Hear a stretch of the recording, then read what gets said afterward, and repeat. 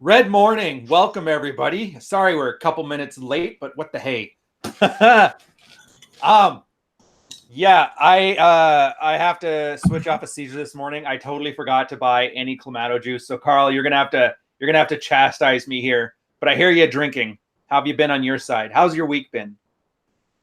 Well, man, I've had a pretty eventful week, to be honest with you, because after watching all the Twitter trends for the past couple of weeks, I was feeling very unmasculine. I mean, I don't own a truck, I don't have a man cave, I don't have a gun rack. Fucking hell, man, I don't even AR-15 or do static shooting. I mean, I don't have 8 kids by 8 different women that I genetically monopolized and who now monopolize whatever income and wealth I was able to generate. I never wifed up a single mom or 2 either. So that's what I even put myself on a goddamn cut. So I don't even have the start of a gut going on. And the whole worst thing with this, I don't even own crayons and I can't stand fucking cupcakes. So how the hell am I supposed to get some help with this shit? I don't know what you mean, man. No, so that's why I haven't been around much this week. I mean, I've been having to step up my Miller Lite masculinity game, and that's a hell of a lot of work. I mean, it's hard work to go full Miller Lite masculinity. First, I had to get a truck, and not just any fucking truck will do. You need the biggest gas-guzzling, unpractical, prone-to-breakdown car there is, and I couldn't find a fucking Humvee dealership outside of the States. So I got stuck with a fucking Toyota, but at least that looks badass with the Stars and Stripes paint job. Check the comments for the affiliate link if you want to get your own Stars and Stripes paint job there. Then, once I had the truck down, I needed to Miller Lite masculinity that truck the fuck up. So I had to get a gun rack, then I had to get another gun rack for my gun rack.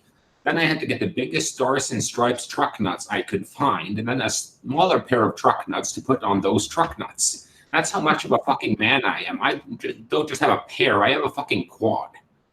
And for all the gear to get your truck to man up, check out my new Shopify store at www.don'tbe.soy. Use code CARL316 for 10% off your first order. But after I got the truck in place, my beard felt kind of small and sad next to it. I mean, the truck has 4 nuts and it costs a ball and a half to drive, so my normal, well-manicured, semi-corporate appropriate beard had to make way for some Duck Dynasty shit. I mean, if your beard doesn't go down beneath your nuts, do you even beard grow? You need to grow a beard like a man. Tired of that soy peach fuzz? Check out Super Alpha Tea Beard Oil by Patriot Oils. Buy now or your peak soy. Link in the description. So I pulled up to the gym in my new truck, and I got my gym bag off the second gun rack. And then I decided to do some squatting because, squats are required for Miller Lite masculinity. Right. When I was in the rack there, something was missing, so I had to run out and get a huge-ass flag to hang on the wall so I have something to look at while I'm lifting.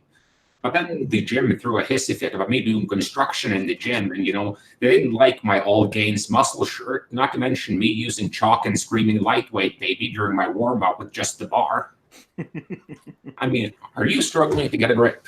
Lack that orangutan hand strength? Don't be soy. Get some chalk at my new Shopify store, don'tbe.soy. 10% off your first order with promo code Village by the Sea. Anyway, so after I was banned for life from that gym, I figured I'd have to work on getting some guns. I mean, you're not a man unless you have at least 9 firearms within reach at all times. I mean, you never know when Butch Cassidy and the Sundance Kid will show up, and you need to have an OK Corral-style shootout around Starbucks. I mean, nothing says I live a man's life like having a gun battle in the artisanal cheese section at Whole Foods. So, then after the shootout was over, I got home, but I realized my apartment is not really Miller Lite approved. I mean, there are no beer signs, there are no Man Cave Rules poster, no 1950s throwback pinup calendar, no pinball machine, no Scarface posters, no weapons on display, no dartboard. I mean, there's a dining room table where my fire pit should be. I mean, you're not a man unless you cook whole carcasses on an open fire indoors. It's like I have a comfortable couch and multiple seating areas, and everyone knows that a real man sits on old beer crates only. except for that $2,000 chair in front of the 75-inch OLED 4K TV hooked up to a Nintendo 64, because, you know, Street Fighter 64 looks fucking awesome in 4K. You know, do you have any idea, though, how hard it is to knock up and marry multiple women when you have a shred of common sense and, you know, you've done financial analysis 101? The girl was naked on the bed, ready to be inseminated, and the truck nuts walked into the house by themselves and slapped the shit out of me. So, after I woke up like Ed Norton in Fight Club, I just felt like such a failure at Miller Lite Masculinity. Oh, yeah, I mean, I don't have a truck so hard it has 4 baby cars with 3 different chick cars. I mean, like, I don't have a man cave that looks like a locker room with a wet bar that smells of old farms and has a popcorn machine in it. I don't have a gun so big that when I pull the trigger, it's louder than a couple of Latinas squawking, and the recoil is so bad it looks like I'm moonwalking. I mean, I go to like a regular type chain gym place. I mean, it's like, my gym is not so high tea. It comes with mandatory trend, injected needles so big you need 2 dudes to lift them, and the third guy has to drop kick the end. Like, I haven't been diet free since '93. I can actually see my PP. And from what I hear, you're not a man unless you look like you're smuggling beach balls and dressed like you're an extra on Starsky and Hutch in 1972. I mean, my beard is pretty thick, but it's kind of well kept and manicured. And, you know, from what I hear, you're not a man unless your beard is so long you have to split it with your hands and take a piss. So, I don't know. At the end of the week, I just had to kind of admit that I suck at Miller Lite Masculinity. I mean, shit, I'm completely lost. Like, what do I do now? I mean, like, what kind of man is single, solvent, suited up and in shape, and doesn't live in an apartment that looked like it was set up by Tom Hanks in Big 2? Like, I don't have a ton of symbols of masculinity front and center in everything I do. And, you know, how can I be a part of this space? Like, not having like a profile picture of yourself on top of your gun, on top of your car with a gun in your hand, and your gun is so big it has another gun in its hand. I mean, how can I live with myself? I mean, me going into the manosphere is like, you know, a guy going into the hood with no criminal record, no chains, no gats, a college degree, and a job. What kind of shitty hip-hop album is that? That sounds like a Tyler Perry movie. Like, if your life is not like a Deliverance remake of Boys in the Hood, do you even red pill, bro? So after this, I realized, you know, you have to improvise, adapt, and overcome, and alphas do. So for all the men going through my struggle, I'm here to help you. I've collected all the symbols of masculinity you need to be a real high-T alpha male without an ounce of soy in you. So come visit at don'tbe.soy. If you love bacon-scented beard oil, you're going to love our new gunpowder-scented beard oil, which works great with our all-natural, vegan, trend-infused beard balm. And if you like those, customers also like to pick up our clomid-infused chest hair wax, clinically proven to reverse the gyno that sent you to that testicular cancer meeting in the first place. Don'tbe.soy. Love those cars and car accessories? Yeah, we got them. We got truck nuts, gun racks, gun nuts, nuts gun, and our new favorite, the gun truck. Yeah, you heard that. We took a Humvee and we rebuilt it. The base of the chassis is an M198 howitzer for when you really want to blow off that commute. Order now using code NOTCOMPENSATING and get a free minigun mount for your bicycle. Don'tbe.soy. And to answer your question, how do you know that you're peak soy? If you don't buy my shit, you're peak soy. You're so soy that soy is worried about ingesting you. The frogs are worried about you being in the water and turning them gay. What? And, you know, you might ask, what scientific or logical basis do I have for making this claim? Well, fuck science and logic and focus on my personal brand and my hair. Totally ignore that I'm shaming you into buying all this useless shit. And so to end this whole thing and the whole week, remember to check all our links in the description for our great discounts. Visit don'tbe.soy for men who need to signal to the world that they're not soy, use promo code STONE for 15% off on all our shirts. Yes. Oh, shit.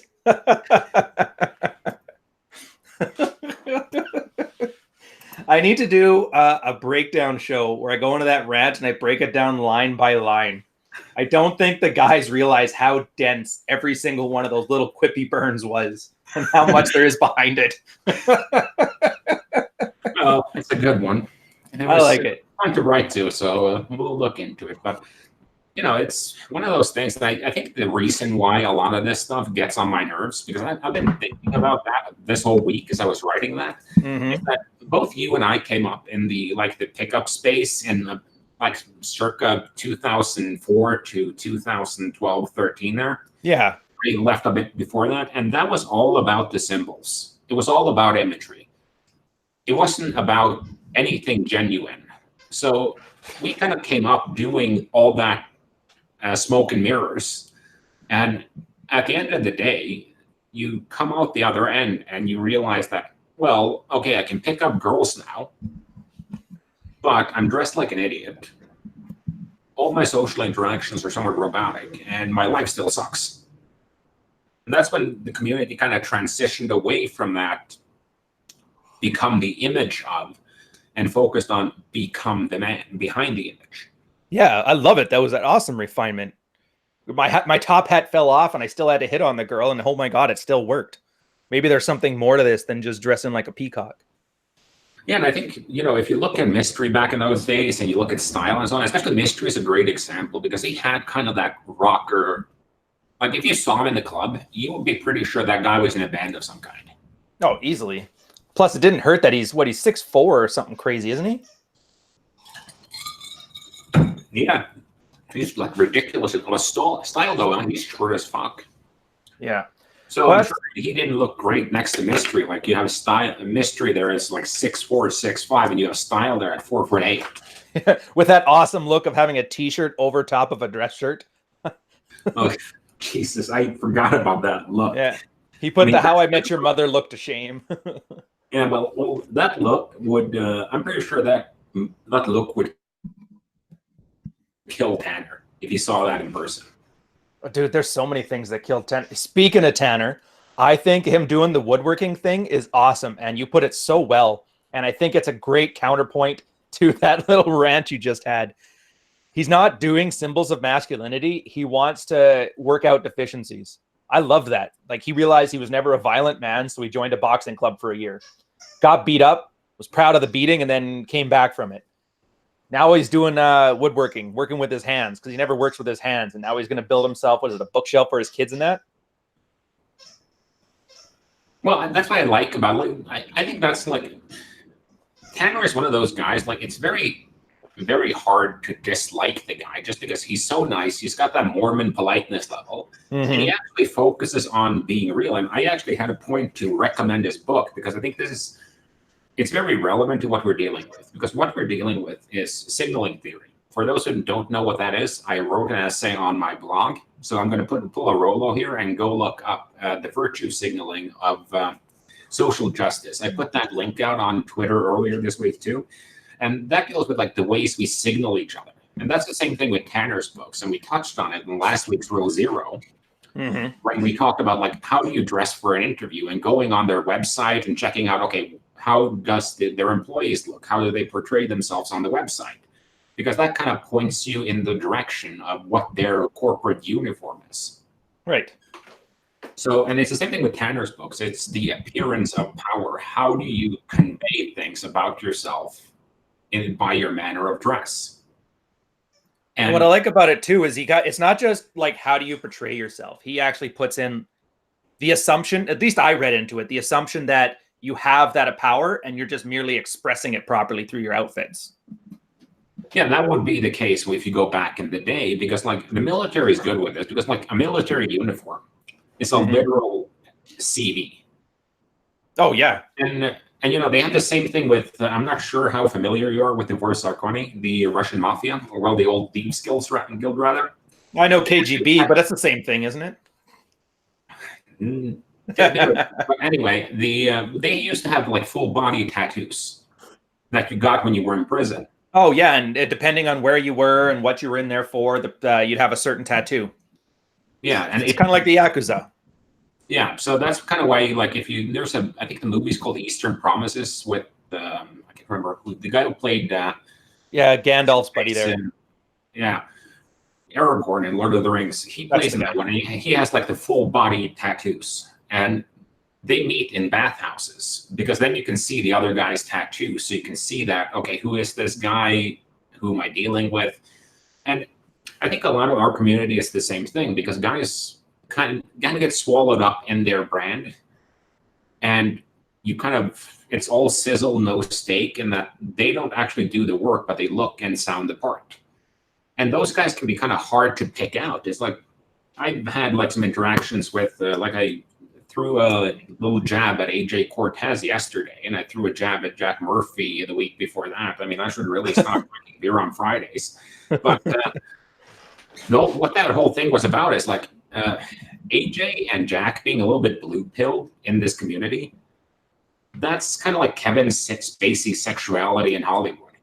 Because, you know, it might surprise the fans when it comes out, but it's been an open secret among the content creators for fucking years.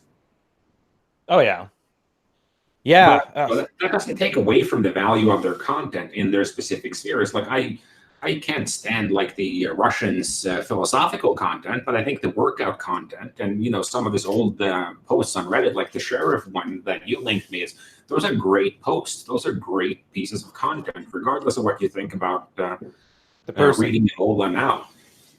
Yeah, that's the thing. The sheriff is almost exactly what we're talking about here. If you guys don't know, it's a post about a guy who's telling how all of his fraternity buddies are telling all these stories about the things that they did and all the girls that they had.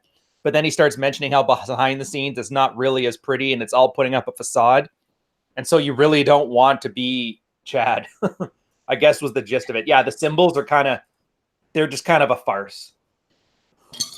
Well, you know, it's the same thing as, you know, the people who are kind of living a credit card lifestyle where they have a lot of shit, so they look really affluent, but behind the scenes, they're slowly going broke because they're living a little bit over their means every month. Yeah. It's just going to take like 3 or 4 years for them to be buried in debt unless something changes. It's one of the reasons why whenever you get a pay raise, you should probably not spend that money. Oh, 100%. Lifestyle inflation is horrible. But here, I'll add this one too. So we're talking about symbols of masculinity. I've got a whole bunch of them behind me. I like to think of it as different because I would, obviously, but because I earn them. For example, my shadow box. I've got both my medals on there. I've got my SSI, which is like a symbol of how many sea days I've had, my rank, my trade, a bunch of the ships that I sailed on, all that stuff, all symbols of masculinity. Like putting it in the frame here is like,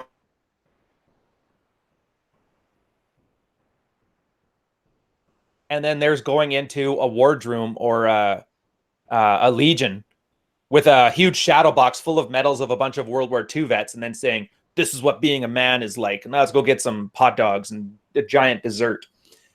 Yeah, and that's kind of my issue with it too, because like a lot of this stuff it's unearned.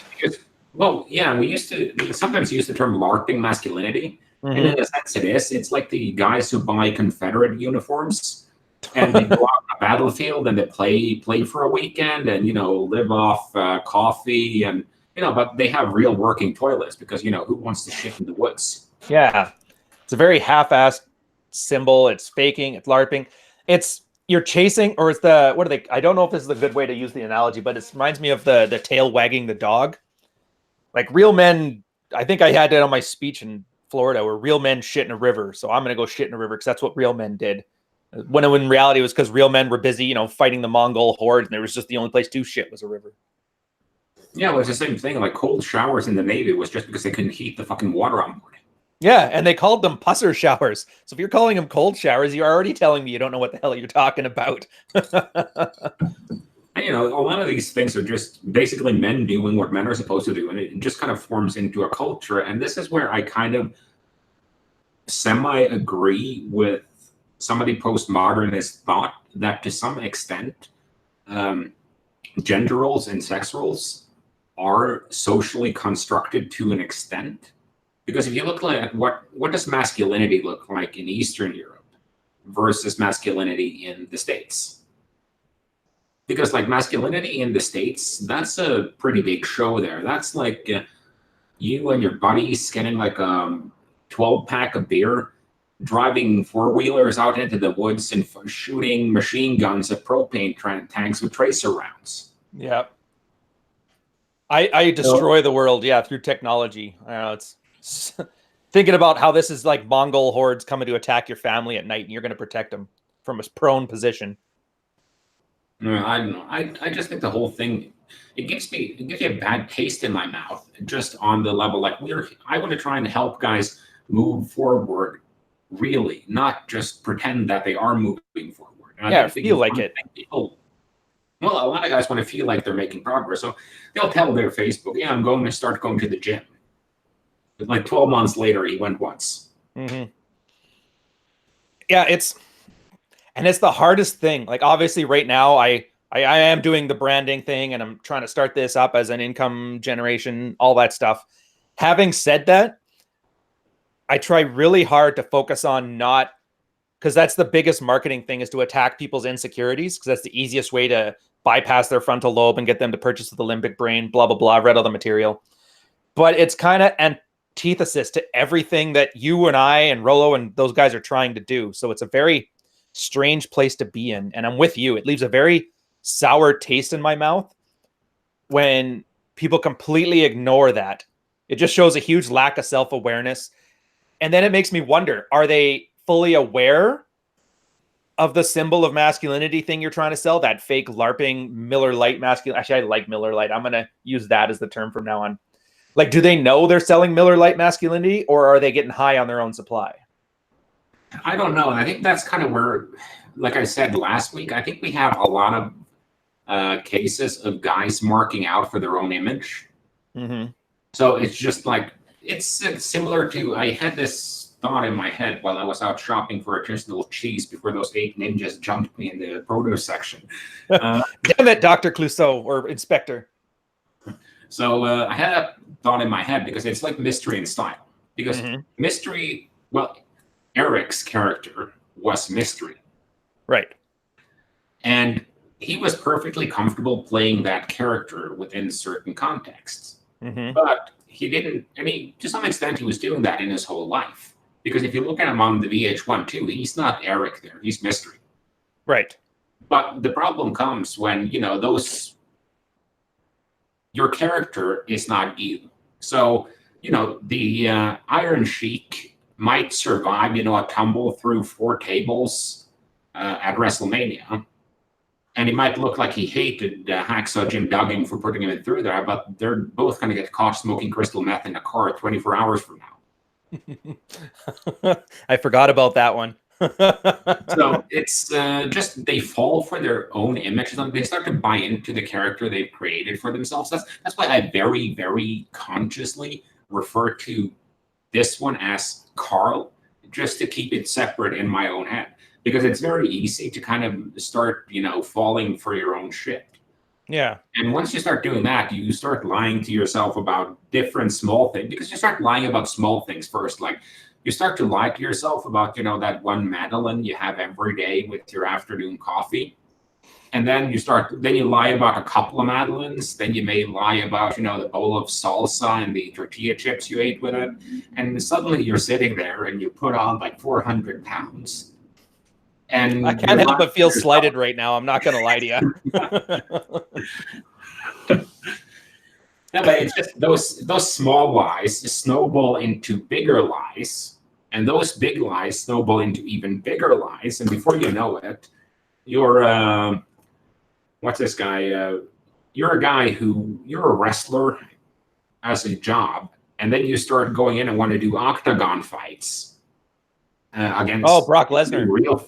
Brock Lesnar went the other way.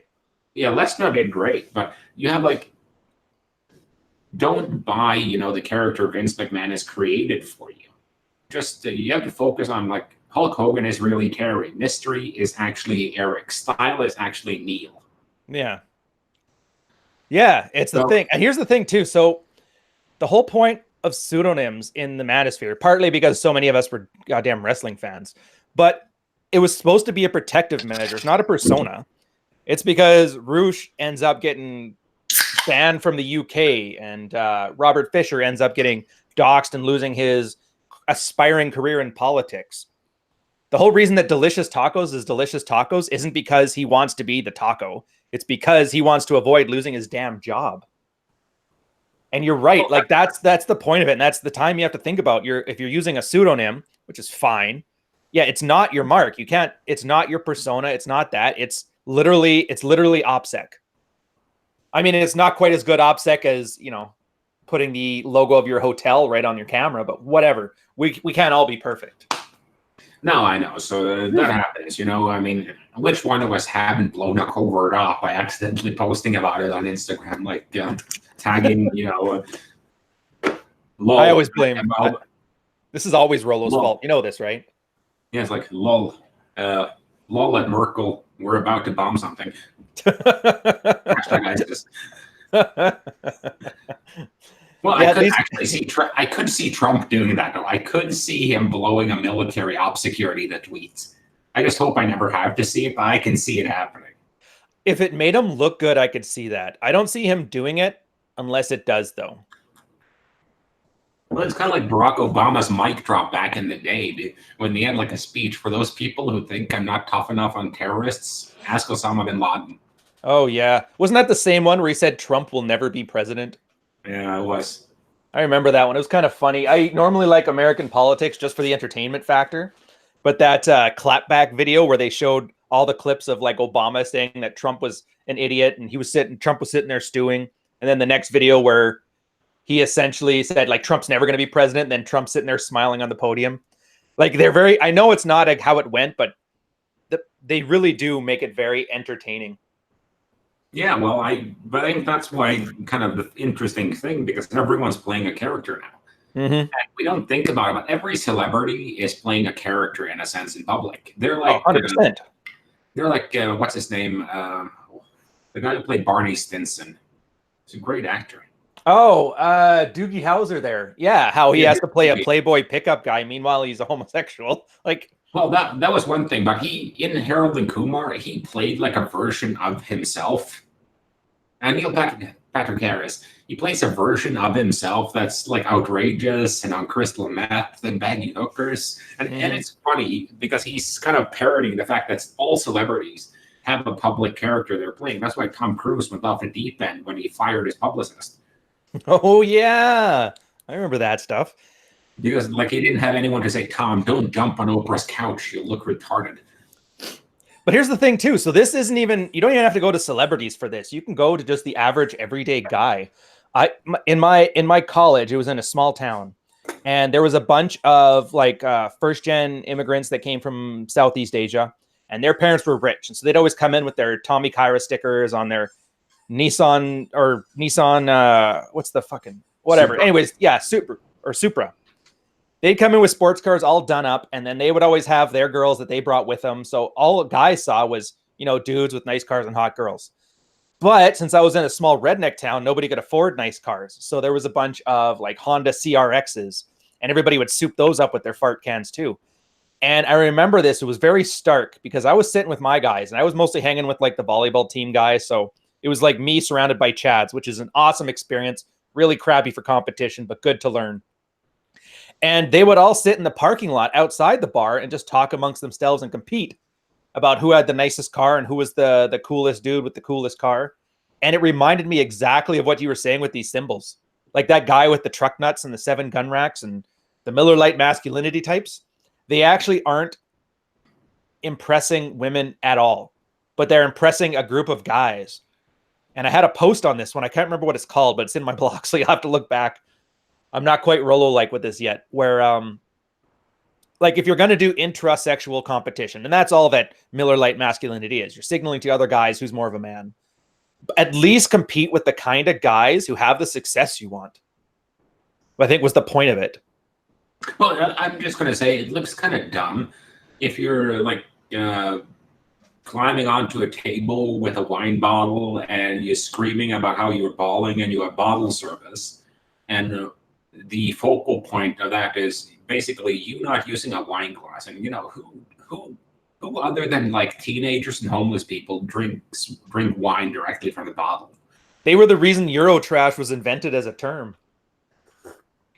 And the whole thing with it is they're competing with each other to be like the biggest guy. It's like Troy Francis had a great one on this. So, like, all you have on Twitter are different groups of men competing against other men. It's like the MGTOWs are competing over, who has the nicest sex doll. The black pill guys are competing over, who's going to kill themselves first. And, you have the trad cons competing like who's the most cooked. Pretty much. And it's weird. It's turning the vice into a virtue. It's I think you were the one that coined that, wasn't it? Where people are essentially playing off their weaknesses as strengths. Well, I think Rollo did it actually. Rollo is always the culprit. Yeah, it's always Rollo's fault. Hashtag Rollo's fault. I think he came up with what's it called? Making a necessity into a virtue, and that could be older too. I think that's where I heard it first. And it's like, oh, so you married a single mom? Well, I wifed up 2 single moms. Oh yeah, I married 2 single moms, and I adopted the kids. I found my single mom behind the dumpster on crystal meth. Game and match. Yeah, and it's just kind of trying to scale things up to a point where like every guy makes mistakes in life, but if you've made every mistake you can possibly make multiple times, you're not a great example that can teach guys how to go about life. You're a guy who needs to work on his critical thinking skills. Like if you get married once, well, everyone can give it a shot once. Yeah. And, if you get married twice, okay, fair enough. That could have been a one-off with your divorce. But if you get a second divorce or a third divorce and a fourth, like a guy who's been married 7 times, like what the hell is wrong with that guy? We used to call them French sailors. That was almost, it came with the territory. Oh, you're Quebec? Oh, you're a P2? How many divorces? 4. Foresty. All right. Jesus. Maybe it's a Catholic thing. I don't know. But yeah, no, and here's the thing that gets me. I have a theory. It has to do with ego, not so much maybe lack of critical skills, but our ego is not our friend. I see countless examples of guys letting their ego get in the way. And all our ego wants is complacency and like simplicity, like easiness. What's the simplest thing I can do right now to remove pain? Not even to thrive or add stuff.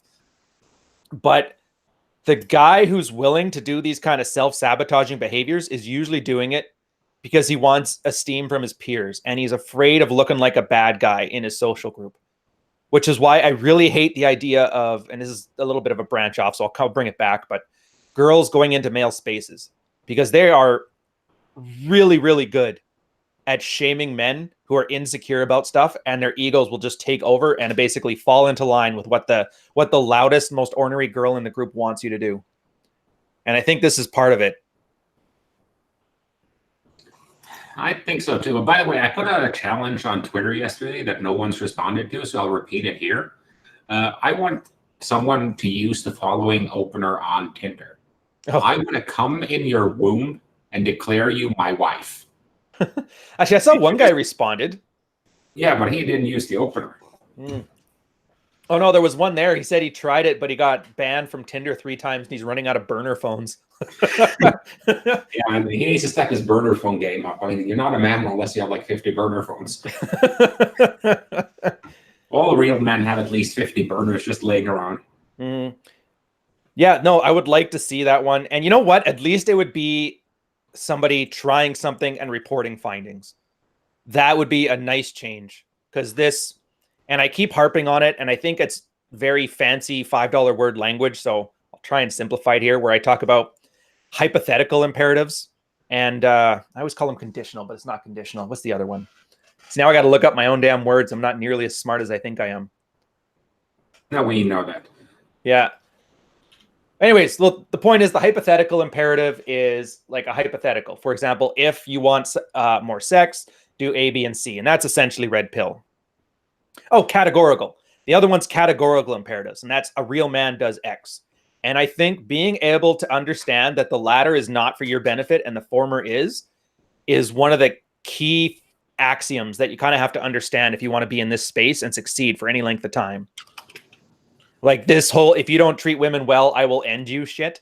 That does nobody any favors. In fact, that's hurting this poor, you said it yourself, this poor little 18-year-old kid who's 23 now or whatever and never had sex. And he just wants to be able to have sex so he can validate that his existence is somewhat worthwhile to at least one person other than his mother.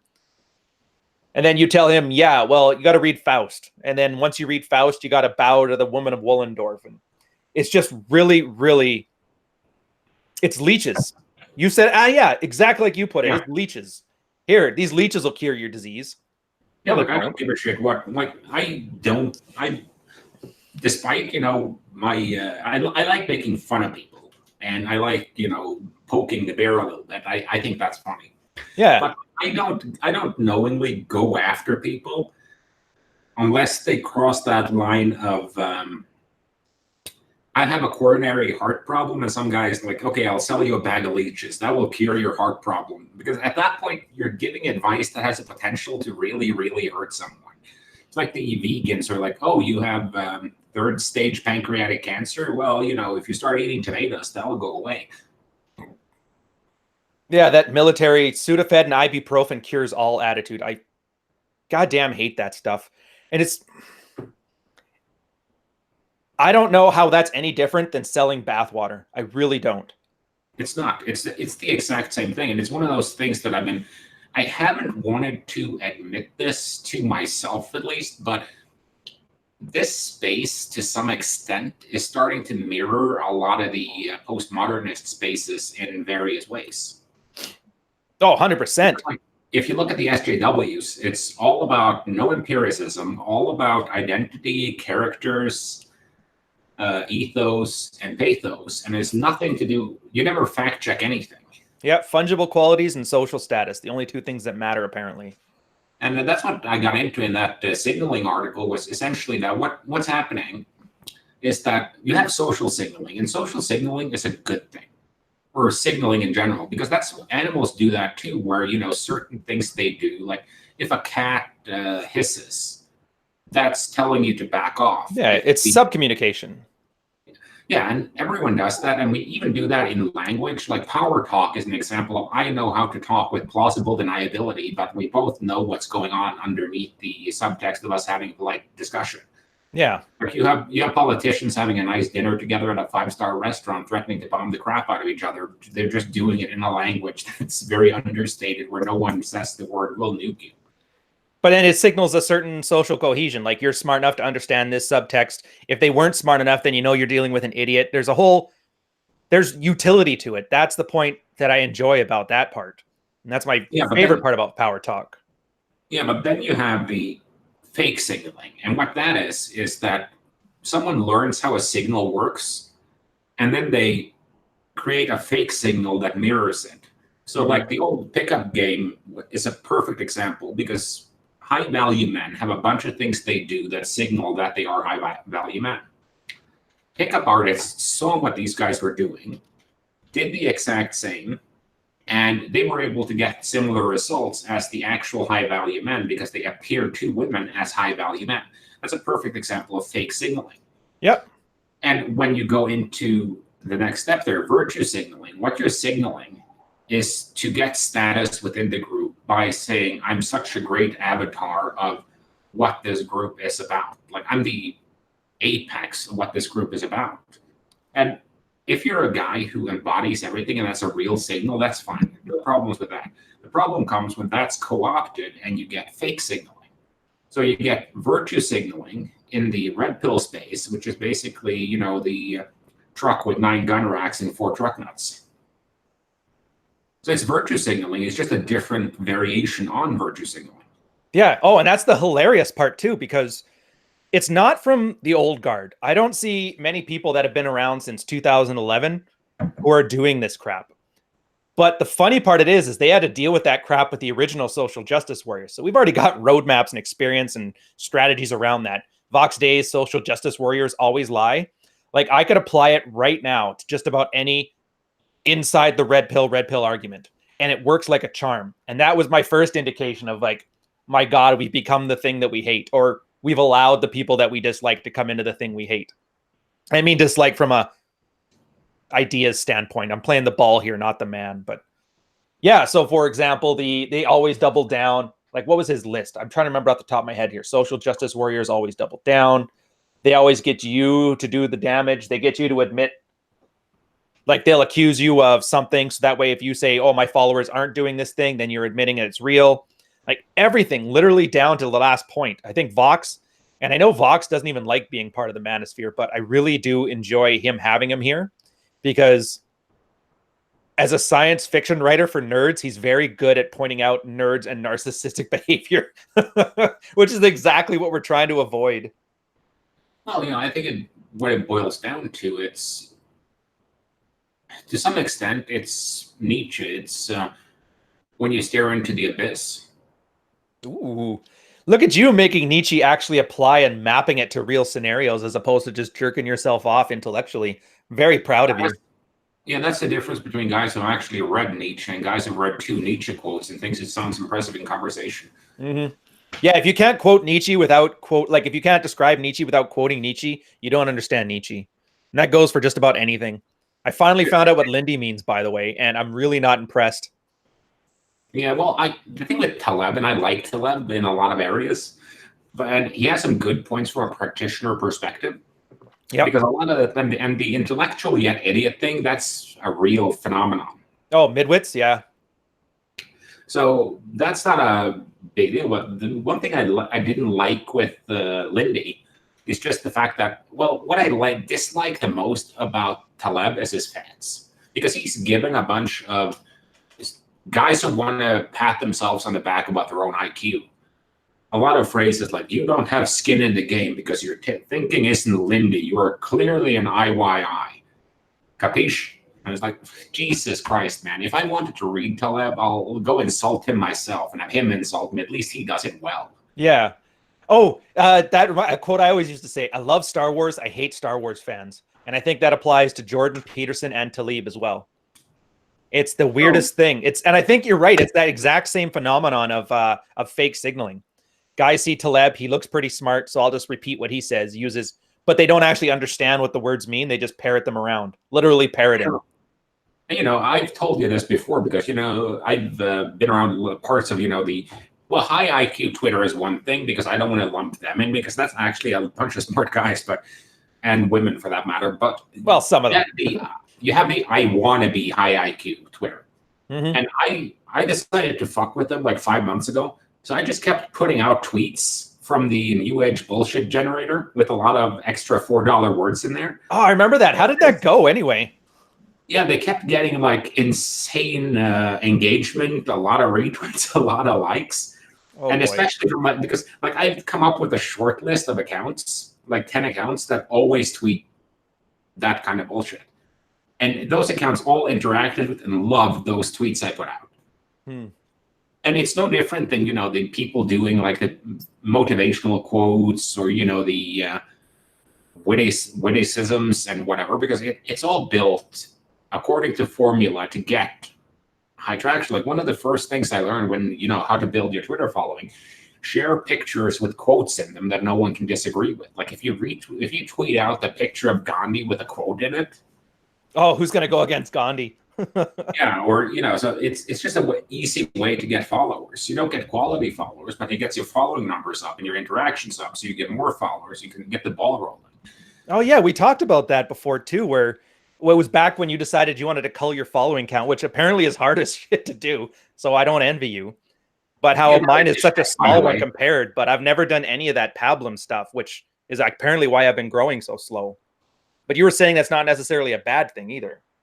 No, like my whole problem now is like I went through 2 weeks of culling and I lost like 400 followers, and I'm now up like 1,000 followers from where I were before I started that shit.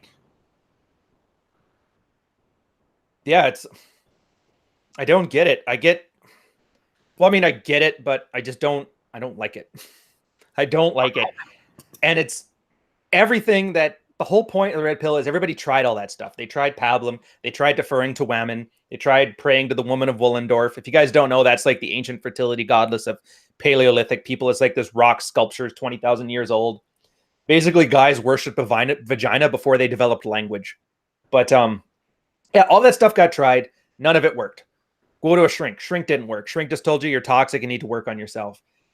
Church, you tried your church. They just told you to marry the single mom. And so finally, a bunch of nerds who were doing pickup started putting it together and realizing like, hey, all this stuff is basically BS. Let's start from the ground up, do that thing where we deconstruct what it is to be masculine, to pick up girls and that, and start from there. And the regression bothers me because it really shows that we're on to something when people fight so hard to regress it back to what's comfortable. And I do my best to make sure I understand and reference, like, as much as I distaste like Pat Stedman's or AJ's hot takes on stuff, I love having them around because then I at least get to get back into the books and show guys, hey, in 2008, we've already had some theories around this. We had some field reports and these were the conclusions we came up with. Or in 2011, we already sorted that out and we've moved on since then. But I think too many guys just don't have that archived knowledge. And it's like a really good thing to be able to show here's what 100,000 guys have already done 10 years ago. Try it now, and you'll probably find it works. Yeah, and I think that's the whole thing. It just happens every once in a while. You get like the same cycles within every movement. You had like a political correctness movement back in like the early 90s, and what's his face? The video games or the devil guy, or yeah, you had that guy, and you had like because there was actually a movie called Political Correctness or something with the guy who played in Entourage, the guy who runs through the Jewish guy in Entourage. I can remember Jeremy Piven. Yeah, he played in that movie, and it was about a university that was going overboard with political correctness. And you had the same time when you had like the what's it called? You had the parental advisory, explicit content, and gangster rap was going to ruin America. And before gangster rap was going to ruin America, you had Dee Snider on the stand in front of Tipper Gore. Mm-hmm. So you just go in these cycles where you have you had the pearl clutching Bible girls who are like, oh my God, think of the children, and then you get enough of them, and it's like fuck you, and you get the Attitude Era. And then, people start regressing a bit, and, you get the ruthless aggression era, and suddenly John Cena shows up with foam fingers, and you're in the PG era. And it just goes kind of in cycles within society. And I think that's kind of one of the things people forget. And this is why I hate the fact that Americans are so influential in our movements, because history...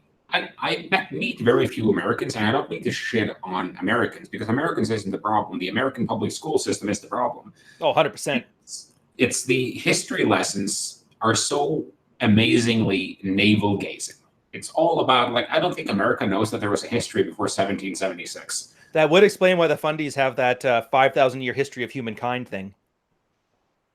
Yeah, what you have to look at there is, if you look into history, you start to realize that a lot of these you can tell that that's an American-based ideology, because they really forget about, the slave trade that was already going on in Africa before white people were even involved. Yeah, Africa, the Middle East.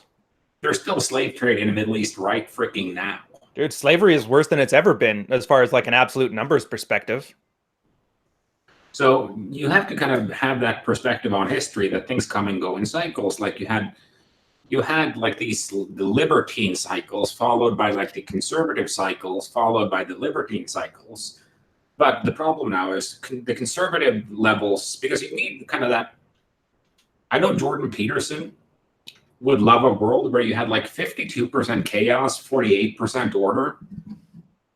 Yeah, if everybody was issued a wife at birth, nobody would be incel killers. So many ifs.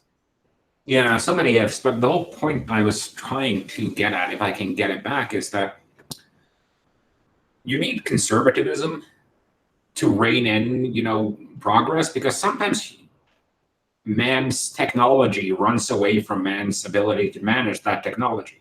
Mm-hmm. Like, I wouldn't be comfortable with nuclear power plant in 1960. I would be fairly comfortable with them now because you've done a lot of research and you have a certain degree of control. Like the reason why Chernobyl blew up was because it was a poorly built, cheap reactor. And you had guys who were poorly trained and guys made bad decisions, and that will happen. Yeah, and humans are always the weak link on these things. Yeah, that's why you need the conservative people and kind of the orthodox people. And then you need kind of the people who are like the Elon Musks or like, you know what? Fuck this. I'm going to shoot a car into space on my own rocket. Because without them, you don't get any progress. And I think if you go back through human history, what you start to realize is they're like, if we removed like 1,000 of the probably 50, 60 billion people who have ever lived, I'm not sure how many have ever lived. So that was a rectum-derived number. But anyway, if you remove like 1,000 people, we're back living in caves, more or less. Pretty much. Because like if you get rid of the guy who invented the wheel, you get rid of, you know, Da Vinci, you get rid of Newton, you get rid of Einstein, Gutenberg. Gutenberg is probably one of the bigger ones. So you get rid of Martin Luther, the original one, not the American one. You start to remove these central figures, and suddenly things collapse. Yeah, and that's funny because if you look at the other side of it, you basically have to remove for every one of those 1,000 people, you'd have to remove like about 1 million or 100,000, whatever large number of people that facilitated them otherwise. So it's hugely asymmetric. Yeah, the same thing with like remove Louis Pasteur, and there goes half the population because he invented penicillin. No, he wasn't penicillin. He found the bacteria. Who was the guy who invented penicillin? He's a Canadian. I should really know this too. But anyway, you get the point. It's the same as the guy who invented soap. Hallmarks of civilization. But then historians get mad at that too, because then that taps into the great man theory of history, which I've heard that they're trying to shy away from. Yeah, they are. Which, even if it was true, people like getting behind. Like we naturally form hierarchies. So by automatically assuming there is no hierarchy and the great man history or theory of history is done, we kind of go against human nature to describe human nature. Well, let's say we remove all those great men from history. I think you would get an alternative history. Oh, easily. Because you would have other great men who would step in to take their place. Like instead of Edison, you have Tesla, who's the big guy, and suddenly everywhere is running on alternating current. So you always have those alternates. I wasn't even thinking that. Let's say you put it as like imagine how boring a history book would be if you put statistics. Well, 10% of the Mongolian population decided that it was time to follow this guy that wanted to lead us to a thing who wasn't important, but this 10% of the population did. It would be the most boring read ever to basically dance around that Genghis Khan was the Mongolian king at the time, or emperor, whatever they call him. Yeah, and to relate this back to what we're talking about here in this space, you do need some of those more orthodox guys who know their history, who knows all the theory, who's read everyone, who's been here for a long time, to kind of rein in the crazies. But you also need some of the crazies to try new things. Yeah, but we don't want to get into like the bodybuilding.com nutrition forums where for like 2.5 years, the only answer to any diet question was if it fits your macros. Yeah, overly simplistic. And that was one of the things that kind of got to me about because I get why it happened on the Red Pill Reddit, where it was like, read the fucking sidebar. Because you get the same questions over and over again. And every guy likes to think his origin story is special, but it's like 1 out of 6 things. It's like the 6 same things with every fucking guy. Yeah. And it's not just that too, because what you notice is you'll give those same 6 questions from 100 different people. You give the same amount of attention to all of them. 90% of those accounts won't actually do anything. I saw example after example where the married guy would come in, say his wife is disrespecting him and he doesn't get sex, and what should he do? A lot of guys would just give like a decent roadmap. Here, all you got to do is this, this, and this. I've taken this entire sidebar, about a month's worth of reading, condensed it into one comment for you. Take that, start with this, come back and say what you did. Almost all the times, the guy would have deleted his account because somebody would have pointed out bad behavior and he didn't want to hear it. Or he would come back saying, yeah, all that stuff you suggested, I did the exact opposite, and now my life is worse. What do I do now to fix it? And at that point, you have to realize, like, there's guys who have their shit together. There's guys who know what they're doing. There's guys who have done the work, as Rich would put it, and actually thrive from it. And they're like, you know what? Why am I wasting my time on guys who are just wasting all of this time I could have spent on a guy who's worth it? So a lot of the times too, when you just say, read the sidebar, you're telling a guy, like, I need you to invest in this in your life more than you want me to invest in your life. Well, I think it comes down, everyone wants to kind of have their lives fixed for them. Mm-hmm. But it's usually not that simple, because like every person thinks like, oh yeah, I have 20 pounds to lose. I'll knock that out in 3 weeks because this guy on Twitter said I could do that. And when he sold me his drop 20 pounds course for $197. Yeah. And then, you know, they realize that, oh, holy crap, I'm actually going to have to do 2 hours of cardio and not eat for a month. Then they don't want to do it anymore. But at the same time, that's perfect. That's exactly why you want to, I don't want to say haze because that's such a loaded term, but that's essentially what it is. Some kind of gatekeeping, hazing mechanism. That's why I've always called this triage. Like, you show me you're worth a damn and I'll put effort into you. And there's a whole bunch of ways to get that. You can either have a guy invest, like pay for a consulting, get a service, read the sidebar, show some level of investment. And it's exactly the same for game. Those guys that on a first date, they take a girl out to medieval times and $100 dinner. Like, no, man, you don't invest more than her. Your first date is in the public place, so you can test to make sure she's not going to be a complete spurg. And then you take her to like a public coffee shop to see if you can have some conversation and somewhat push things sexually. And then you slowly escalate your investment as the other person invests back. It's a game term that's hugely applicable in the world at large. Yeah, I think that's the big issue, though, from my perspective, is when it comes to gatekeeping, is that it used to be that to get into those, let's say, elevated positions within a community that technically shouldn't have a hierarchy, used to be a combination of long-term service and consistency. Like, say what you want about Black Dragon, but he's been writing on his blog and he's been putting out his books and he's been putting out his philosophy for as long as Rollo, I think. Oh, yeah, for sure. So, and I'm with you. I don't agree with a lot of his stuff either, but at the same time, you have to give him the respect for his, because you know he's actually out there doing the work.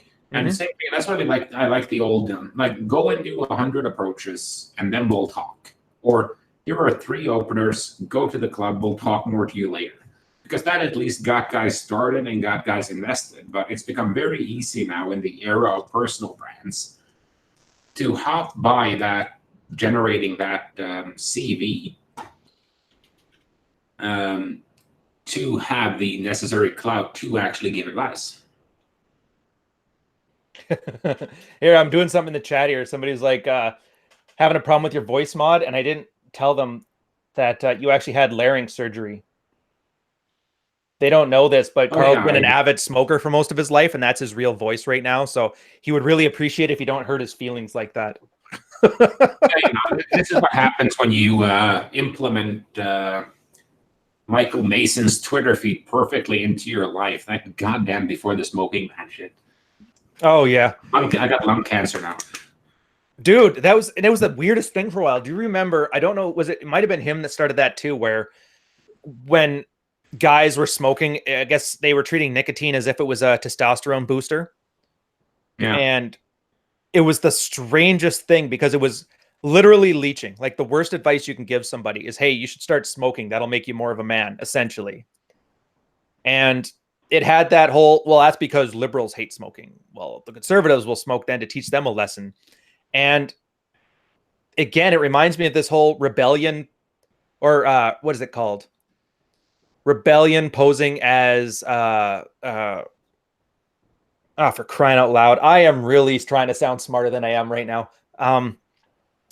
What's the other word for, there's rebellion and then there is revolution. Oh yeah, rebellion, posing as revolutionary, where they don't actually want to revolutionize, in this case, their lives, but they want to just rebel against the other people who have it better than them. It's a weird crab bucket mentality. And it's the driving incentive for the kind of guy who falls for and indulges in these fake symbols of masculinity. Well, I think that's kind of the danger, though, because whenever you fake, you get a consequence. It's one of those great quotes from Chernobyl. Whenever you lie, you incur a debt to the truth. Yeah. And sooner or later, that debt will crush you. The question is, how many people do you take with you on the lie before you go?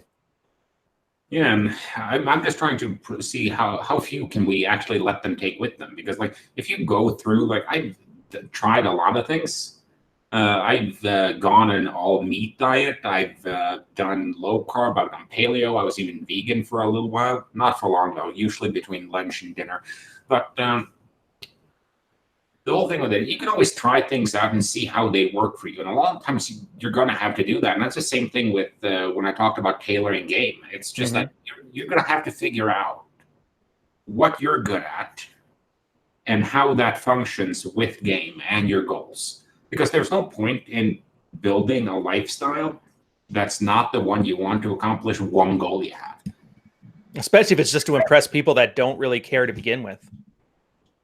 Especially then, because if you look at it like this, that with like, why do you want to have a notch count of 100, for instance? Is that something you want? Is that like a goal you have? Or are you like Barney Stinson, who like some guy insulted him in 4th grade and he decided he was going to fuck 300 girls just to prove a point to a guy who insulted him in 3rd grade or something? Yeah, that's funny too that you mentioned that. I started off my email list with a story about how I was at the bar. I was running pickup with my one buddy Mike, and I ran into a girl and I started running game on her. And then about halfway through the set, she reminded me, like, you realize we've had sex before, right? And I was like, oh my God.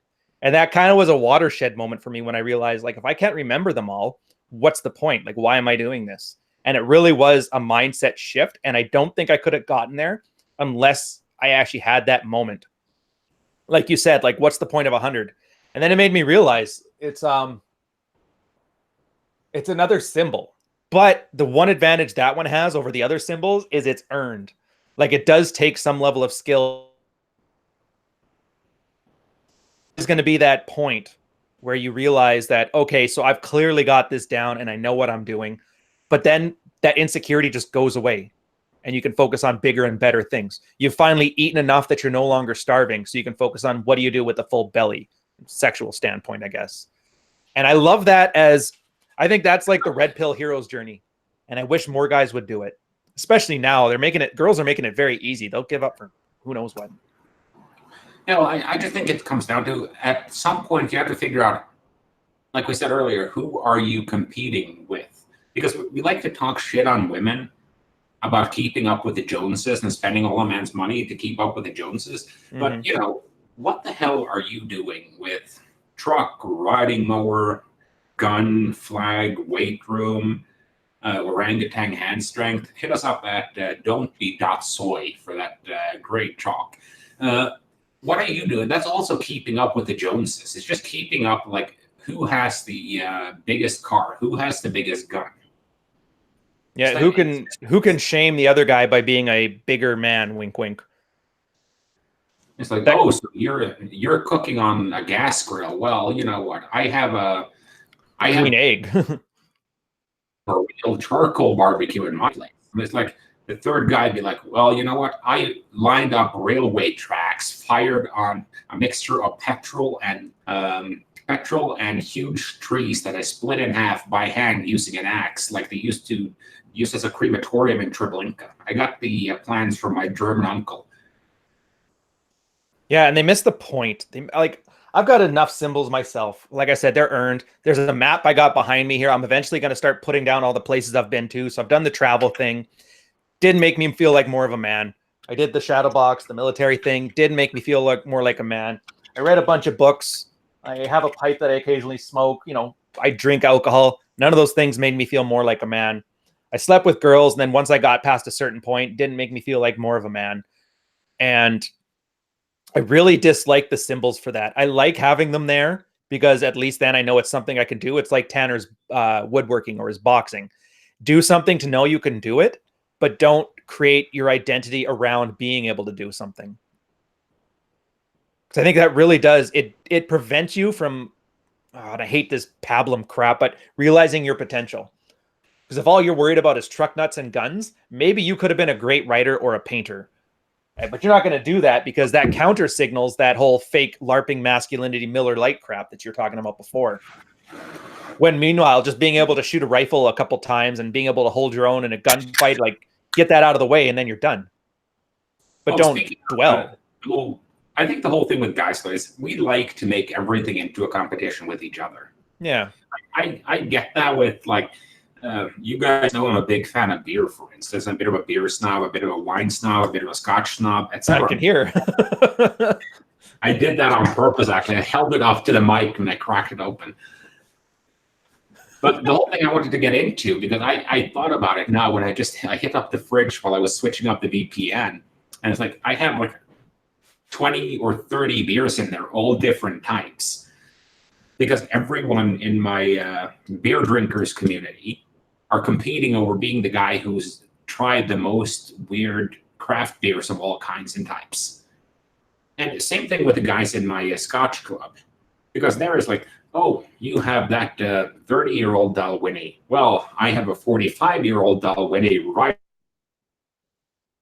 Oh, yeah, stop being pussies. I have a bottle of Dalwhinnie here. It's from 1822. It sank on a pirate ship in the Caribbean and was just found last year. This whiskey is so dark and old that it was actually sold twice at a slave auction.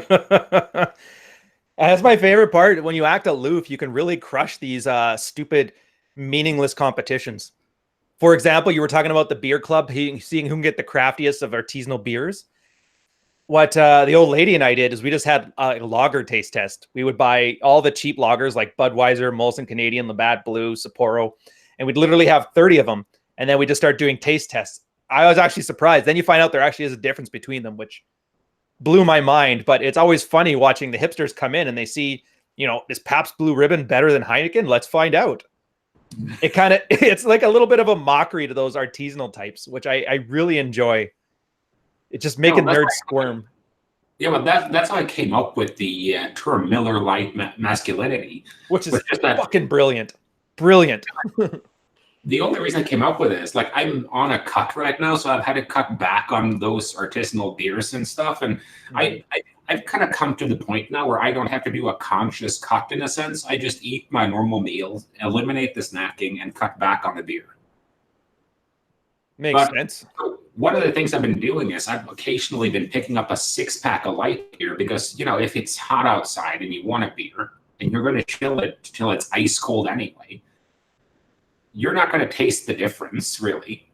Nope. And it's only, and you save like 70 calories for every pint. So it's a great way to stay in line on your cut. But the whole thing was, it's not even real beer. And that's the thing with Miller Lite masculinity. It's like Miller Lite isn't even kind of beer. No, it's all American beers. They're just very watery tasting. Like, I never understood that before I spent some time in the States. How can an American guy crush like 24 cans of beer in a day? Because like if you're used to like those, especially like the German box, like, okay, I can't really imagine anyone killing off, 12 box or like 12 of those Belgian blondes. So like 8% alcohol and they about as easy to drink as a Pilsner. Yeah. Oh, I know. Have you ever been? I can't get drunk off of a super peaty scotch. It's self-regulating. It's just too much flavor. And I think that, and I can't remember who it was, but they suggested that was like a conscious decision by Budweiser to take away all the parts of the beer that make it distinctly flavored so that you could drink it without your taste buds getting sick of it. Like it's literally designed to overindulge. No, especially when, and the thing with it is, I mean, the heavier beers are self-regulating. Yeah. Because, like, if you're drinking like big, like I remember I went to a Doppelbock tasting contest once. And, usually on a beer tasting contest, you have like 12 to 18 types. Mm-hmm.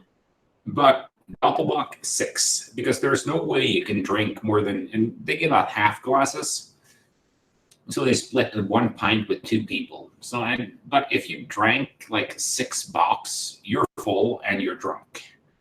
Because they're so heavy. Like, you can sit there, and I've done this. I've sat there and pounded like 24 Miller Lights in one drinking session during barbecuing. And you can do that because it has no stop on it. But with like even heavy IPAs, and they're kind of light bodied, so they're not. But you With can't that bitterness, yeah. you can handle that bitterness slamming you in the face over and over and over again. Yeah, So, pretty much. but Miller Lite Masculinity has no self-regulation because you don't have to actually do anything. You just have to look the part. All right, here, quick cutoff. A lot of guys are talking with the UHD camera. So for those guys who don't know, I've upgraded the stuff. I'm running a Fujifilm X-T2 now as with a capture card. So that's why we got the fancy depth of field and stuff now, if that helps. You even see Ryan's freckles. Those things got me.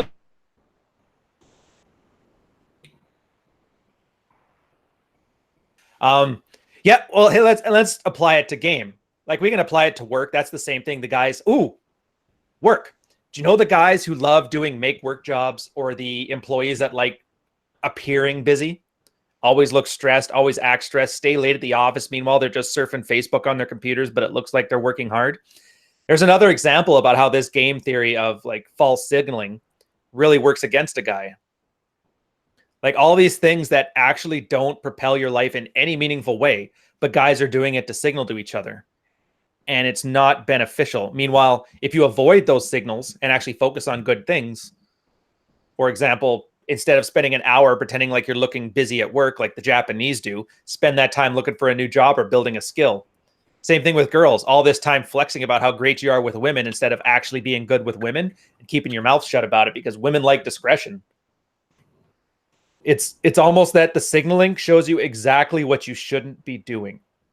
And it doesn't matter what sphere you're in. If you see a guy chugging a bunch of beer and having fun, well, then you know if it's the kind of beer that you can chug all day and not get sick of it, you probably shouldn't be drinking it.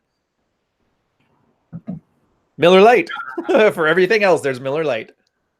You know, I just find that so funny because like the guys constantly sharing pictures of themselves with girls. Yeah, you're hanging out with girls, but are you banging any of them? I know a lot of guys who, like, if you look at their Facebook, they look like they're getting laid left and right, but really, they only have a lot of nice girlfriends, so they're a nice girlfriend to. Yep, pretty much. Orbiting is the new signaling too. There's beta signaling. So it's funny like that. And even like the TradCon circles, and I think the TradCon signaling is the funniest one. Dude, it's the worst. Because Troy was so on point when he said that they're actually virtue signaling about who's the biggest cuck. Yeah. Who was able to man up and marry those sluts the most. Oh, I agree. Literally fighting over who gets to be the Commodore of the Captain Save-A-Ho fleet.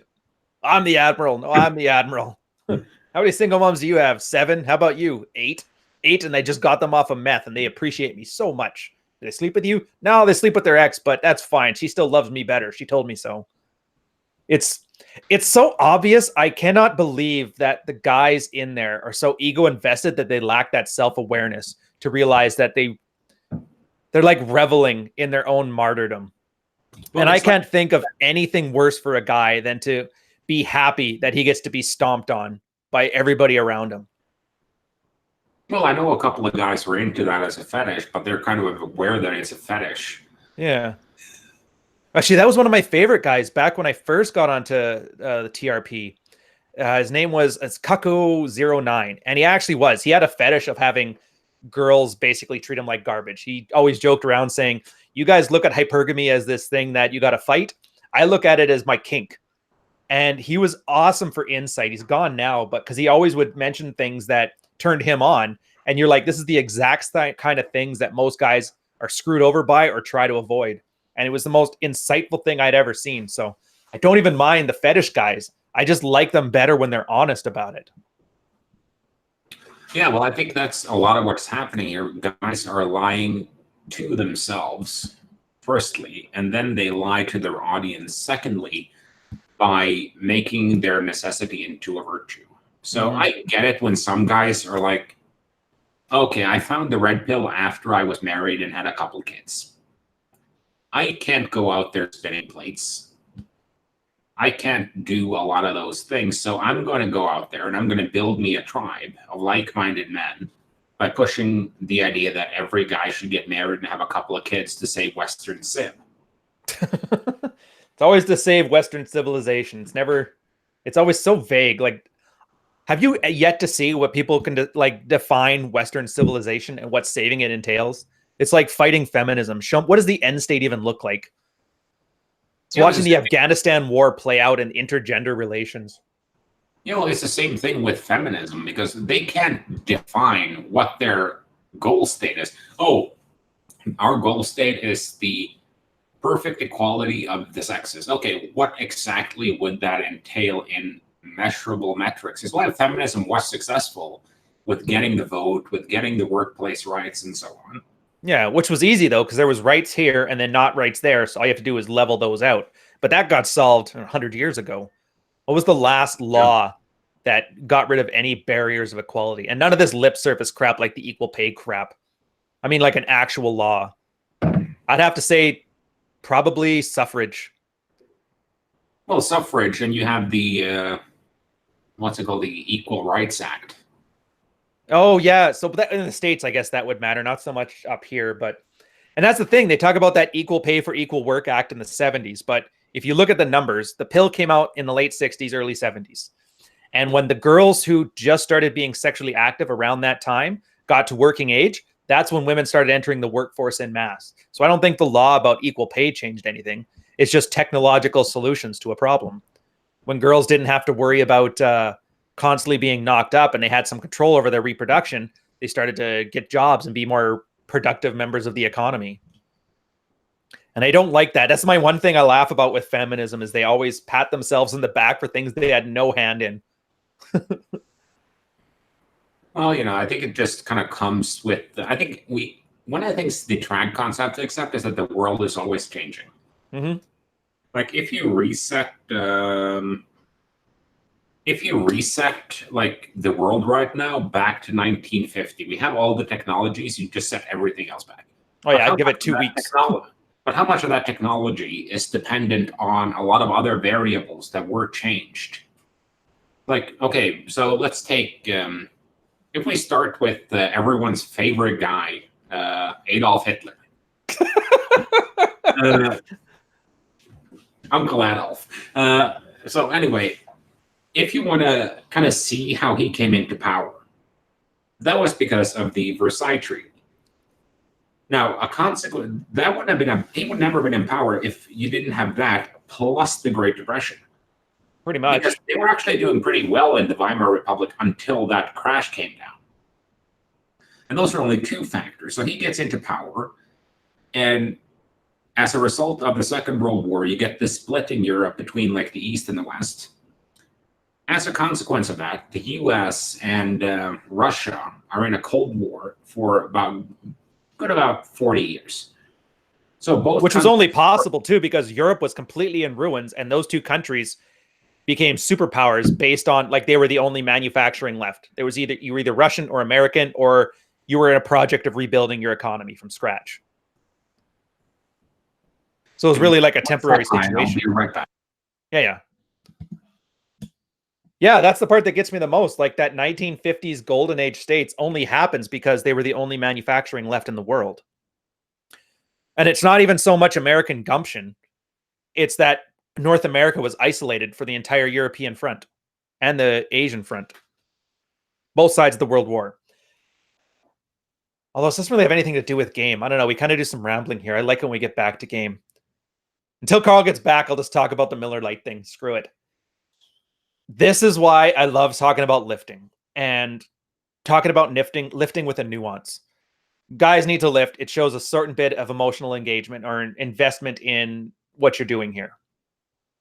Is somebody really talking smack about Loblaws? Like I'm invested in that? Boys. But yeah, so you take lifting, for example. Lifting is good. It increases your aesthetics. You look better. You feel better.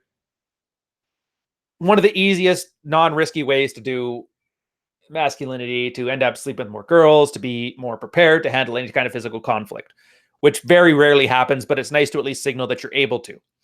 Problem is when you take that too far. I picture guys who now they think they have to be 23 years old on steroids, and if they aren't 6'2" with 1% body fat that they're a failure. And that's fighting for that extra 3% that nobody cares about. And Carl said it plenty of times himself. I speak German and I dropped out of our school. There's masculinity. Bauhaus masculinity. But yeah, once you get to that certain point, then that thing is handled. When you take it to that extreme level, you're starting to have the tail wag the dog, that working out and being physically fit is masculinity. You take it far enough. You don't have to take it too far. Same thing with all of them. It's all about that nuance of not taking it too far. Well, I said that on my Twitter feed yesterday. Like, if you make the one important thing for a rental guy to be jacked as fuck, then what you're going to end up with, like, your top thought leaders are going to be a bunch of guys on trend. And when guys ask life advice from a bunch of guys on trend, they're going to get one piece of advice: get on trend. Yep. Yeah, no nuance, no explanation. Like, you put a 22-year-old on trend, it's going to have a lot worse effects than if you put a 35-year-old man on trend. But you can't really talk about that because whoever's on the most trend is the biggest man, according to that. It's no different than any of this stuff. It's trend masculinity. Yeah, and, you know, it's, I was about to say clomid masculinity. But the whole thing about it for me is just that if you want to build, I think of this in Aristotle's terms. What I mean by that is that it's a midway between multiple characteristics. So, like, you have dominance and you have submission, and you ideally want to be somewhere in between those two. Right. And, you know, with you don't want to be a pushover, but you don't want to be a domineering asshole. You want to have boundaries, but you don't want to be a rigid fuckwad. So it's kind of finding that middle point, because if you want to be a bodybuilder, if you want to be like a power lifter, by all means, go for it. But that's going to be your defining thing with your life. Right. For everyone else who just wants to live a reasonably balanced life, where they make a decent amount of money, enough to live the lifestyle they want. Sleep with somebody that doesn't make them sick. Yeah, they want to sleep with some girls, etc. You don't need to eat like a pro athlete. You don't have to live like, you don't have to do trend. You don't have to be faster than the bear. You just have to be faster than your friend. Exactly. So I think it's kind of this thing with, like, Donovan likes to say, like, if you're A+ in one area, you get laid more than if you're B+ in all other areas. And I kind of disagree with that. Yeah, same. Because I think if you build yourself into like a solid 7 on a good day, you'll get plenty of opportunities. It's one of those things, like, if a guy's like, I have 7 plates, it's like, do you have any idea how much work that is? Even if you're seeing them every 2 weeks, that's still 1 every 2 days. That, at that point, that's a part-time job. Yes, like I said, with when I had my, I did like, what was it, 45 first dates in like 30, 35 days. And that was fucking exhausting. Oh, I remember that was back when you were like, yeah, monk mode is a necessity. I need a break. Well, quitter.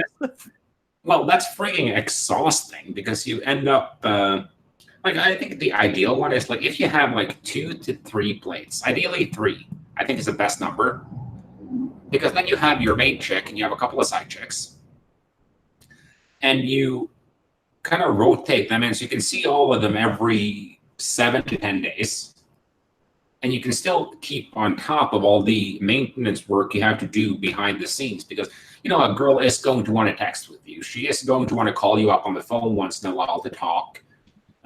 She is going to, you know, text you, hey, can we grab, you know, a coffee for lunch or something? So you're always going to have that maintenance work to make that thing work. And that alone limits how many dates you can do. Mm-hmm. And if you have a social life outside of running game, that's going to limit it even more, because, like, I have to attend, like, client meetings and stuff, client dinners, corporate events, all that stuff. So that eats up a couple of days. And I'm also trying to get to the gym. So at some point you end up with, like, not sure if you've seen those families that have, like, the calendar up on the fridge with what everyone's doing, and it's like completely covered in colored Post-its. Oh God, that passive aggressive crap. It reminds me of when your roommate cleans the house once, and then he looks around and calls everybody else a slob, then writes a chore list. Fuck off. Yeah. I always hated that crap. That's a wife-led household, that's why you can't have that, because you end up with goofy shit like that. Well, I even know couples now where, like, the second a month is done, the wife just peppers her husband's online calendar with things that the family's doing. Mm-hmm. And unless he says no to all the meetings or have those times he wants for himself blocked out, well, screw you. But you end up doing that because you end up with so much stuff to do. And I think, you know Jeff Cavalier, the guy at Athlete X? No, I don't actually. No, he has a lot of great videos on working out. Mm-hmm.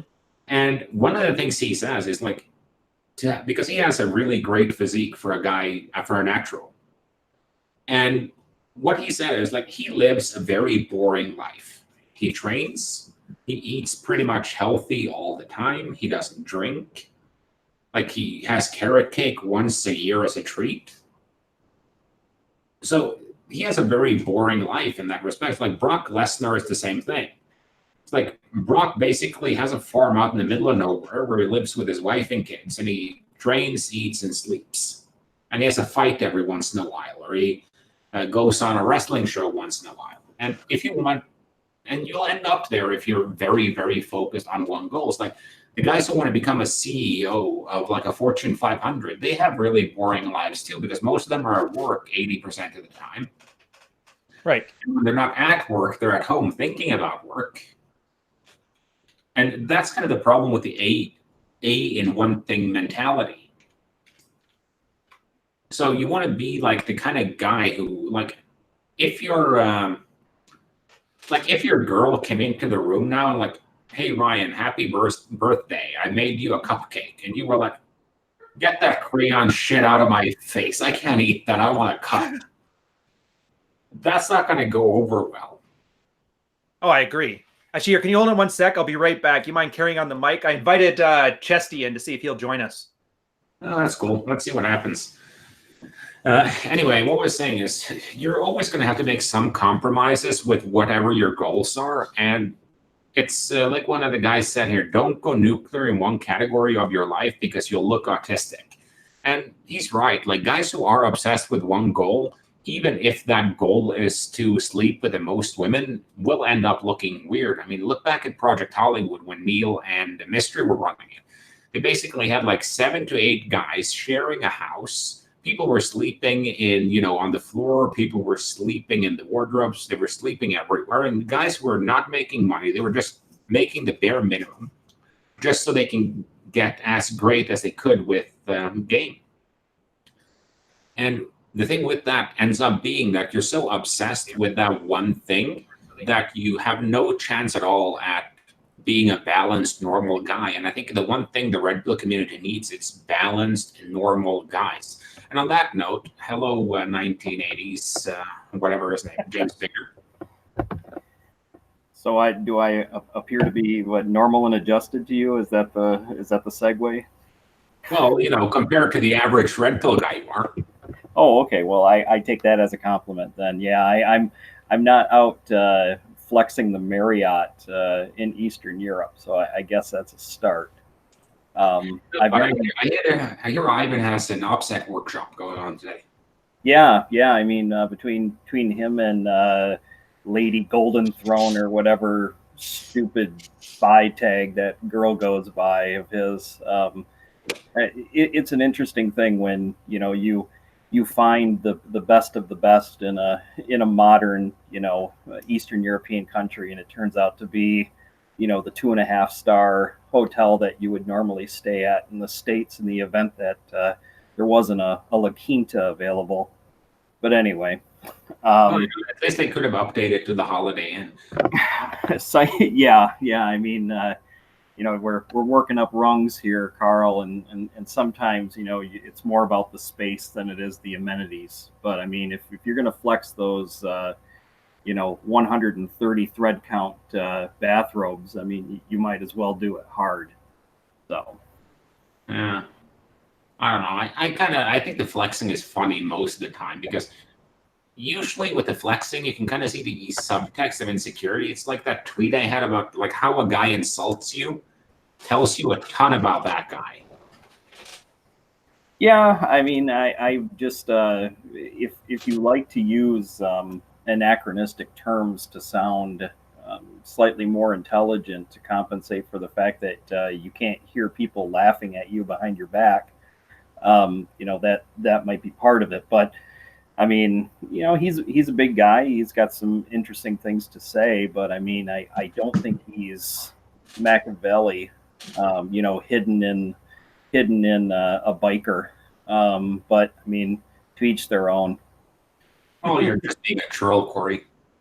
Yeah, I guess. I mean, if you want to use terms of endearment for people who used to exist in the 1600s and make that your archetype, and then also add some biker sensibility to it. I mean, everybody's brand is their own, I guess. But I mean, that's not quite even Miller Lite masculinity. I would consider that more, I don't know, Pabst Blue Ribbon masculinity. But Rolling Rock masculinity. Seems like the kind of thing a Japanese cartoonist would do, where they mix like random genres together that don't belong together, and they somehow try to make it work. Well, yeah. Well, I'll go to Chesty here. That if he keeps going off like that, I might have to get a lawyer or a paralegal and have some documents drafted for torturous interference. Well, here's a good lesson for everybody to learn. If you think that me saying some mean things about some guy on the internet who pushes, lip reading, dark triad traits, a brand of cigars, and being able to speak very forcefully, and he can come up with some damages for that, then maybe. But I mean, that's the point, is that you have to be damaged before any of that would ever stick. And besides, nobody pays attention to us anymore anyway, because we're obsolete. We just don't love enough. We're too mean. And now that we've entered that point of we no longer jibe with the frequencies of the rest of the world, it's on the outs for all of us red pill guys. We're just not modern enough. You're a dinosaur, Callahan. Dinosaur. Right. We're gonna give you a new partner. That's right. Her name is RSD Sarah. You guys don't know, Callahan is the Dirty Harry's last name. I realize there might be a couple like Gen Z guys in here who are like, who the fuck is a Callahan? I actually thought Callahan from Police Academy. No, that's Mahoney. That's Mahoney, and Tackleberry's the guy who carries the 44 Magnum everywhere. And oh no, wait, you're thinking of the girl, the training chick with boobs. Yeah, exactly. Oh yeah, was she Callahan too? No. Oh no. I just watched this. I should know this. Yeah, I can't remember her name, but yeah, there's the passive aggressive African American woman. She's Hooks, and then there's Mahoney, the main character, and then Tackleberry's basically the Spurg who is handed a 44 caliber and decides to go Rambo all the time, and Bubba Smith's character, the guy who makes all the voices, Michael Winslow. Yeah. And then for some reason I can't remember the name of the drill instructor with the huge mams. I can't remember her name for some reason. I'm looking it up now. There we go. Harris, Lassard. Oh, it was Callahan. Look at that. Oh, Abby Callahan. Carl with the obscure. Very good. Yeah, well, when you're 12 years old and you see Police Academy, that scene in the white T-shirt in the pool kind of makes an impression. Yeah, most certainly. Wasn't Kim Cattrall in that movie too? Yeah, she was the main love interest there. Oh God! Between that and Mannequin, I have no idea how her career survived. Sex and the City salvaged it. Well, the funny thing is, she even had like one of those parts in Porky's. Oh, was she in Porky's? Yeah, she was. She's the gym teacher who gets banged on the gym mats while it's going out over the loudspeakers. I think 80s I think 80s camp needs a resurgence. I really did like that whole ski patrol, ski school, police academy genre of like 80s movies about boobs and the nerds versus the jocks. I think it's a wonderful little genre, and it's kind of resonant of what we're doing here. Basically, the nerds fighting the jocks, except for instead of jocks, we got spurgs, and instead of nerds, we got nerds who can sleep with women. But whatever, you get the point. Let me just ramble. That whole reference though is like I used to love Revenge of the Nerds. Mm-hmm. Until I read Vox's stuff on gamma males, and it was like, fucking hell, this is 3 movies about a gamma male revenge fantasy. I can't look at things the same way again. Oh, I know. That bugged me so much. Well, technically, I think that if you watch Revenge of the Nerds in retrospect now, the main hookup was actually a non-consensual act between 2 parties. I mean, he went in there under the guise of being another dude wearing a mask and ended up hooking up with the guy's girlfriend. Oh yeah, the Darth Vader thing. Yeah, I'm just waiting. 30 years later, the Revenge of the Nerds 4, reckoning of Me Too, and all of a sudden the 2 main nerds lose their computer company, and they end up in a class action of some kind because of all the sorority girls back at Adams Tech. Guest starring Bill Cosby. Them, yeah. I think they should do an all-female remake where like Amy Schumer is in the Darth Vader costume and ends up, going down on Channing Tatum or something. That's thinks it's his girlfriend, some random hottie. I don't pay attention to Hollywood. Oh man, art reflects life. Did you not know about the Amy Schumer getting fingered by a cab driver story she gave? Or is that why you mentioned that? No, I didn't. That is hilarious. So you know how there's always these stories about these, feminist icons that always have stories about them sexually abusing somebody or doing weird stuff like that. So she used to tell a story. And the only reason I know about it is from the Last Psychologist blog, where she was in a cab with all of her friends after the bar, and she basically made the cab driver finger her.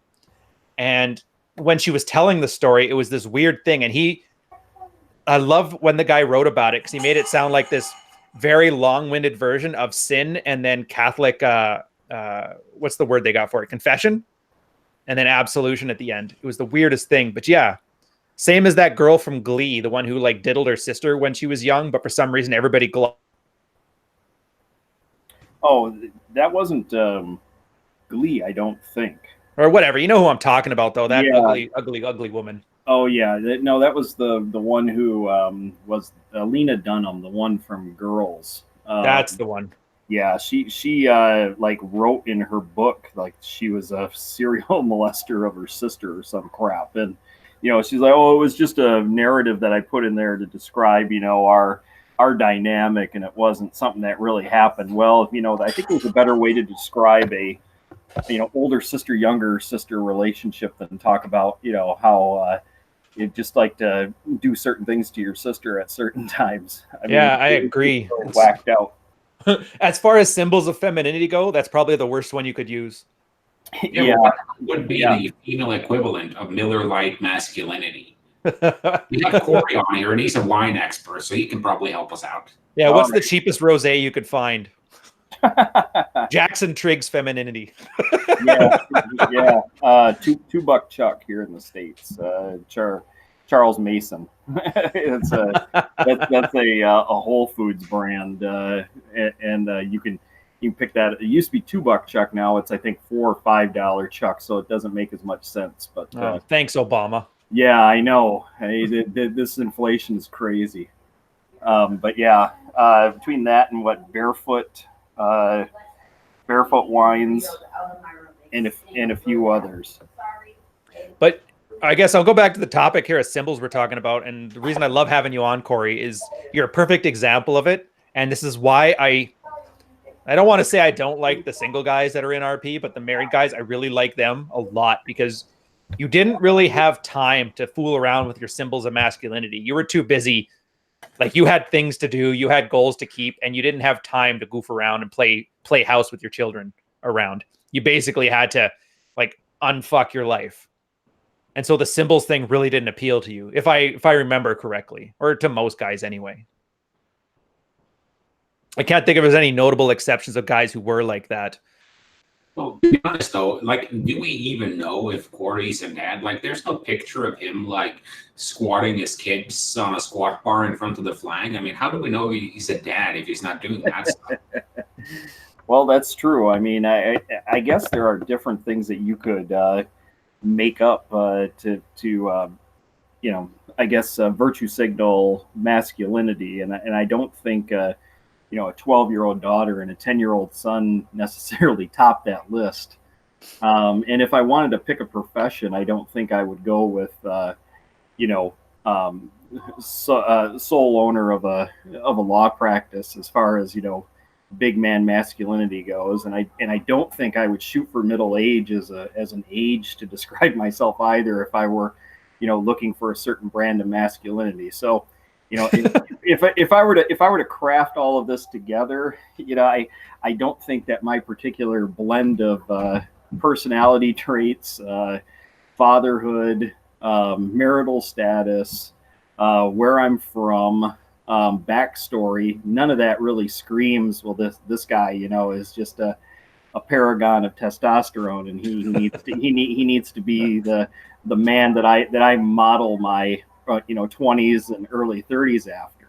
That's why it's so good, man. Those guys who pretend to be special forces, Navy SEALs, they always get caught. It's the guy who lies about being a leading seaman, a clerk. He's the one that managed to last 20 years with the lie. Yeah, well, I guess that could be true. But I mean, I think that a lot of times these guys just have to have too many balls in the air to keep up with the narrative. And when you have to invent too many things, you end up getting caught anyway. I mean, if you're you know, an entrepreneur and you know, leader in masculine conferences, but somebody discovers that you know, you hang out a lot at your sister's and may perhaps live there, that might throw a wrench in the narrative of, you know, would I want to trade places with this person in order to get my life in order.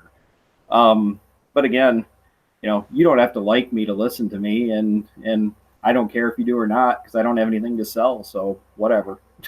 Even if you do, though, like, I'm the same way. Like, I've had guys who get angry at me for not placating them for some reason. And it's just like, I don't need that kind of business. I think there's plenty of enough people there to sell to where you don't have to placate the emotional types.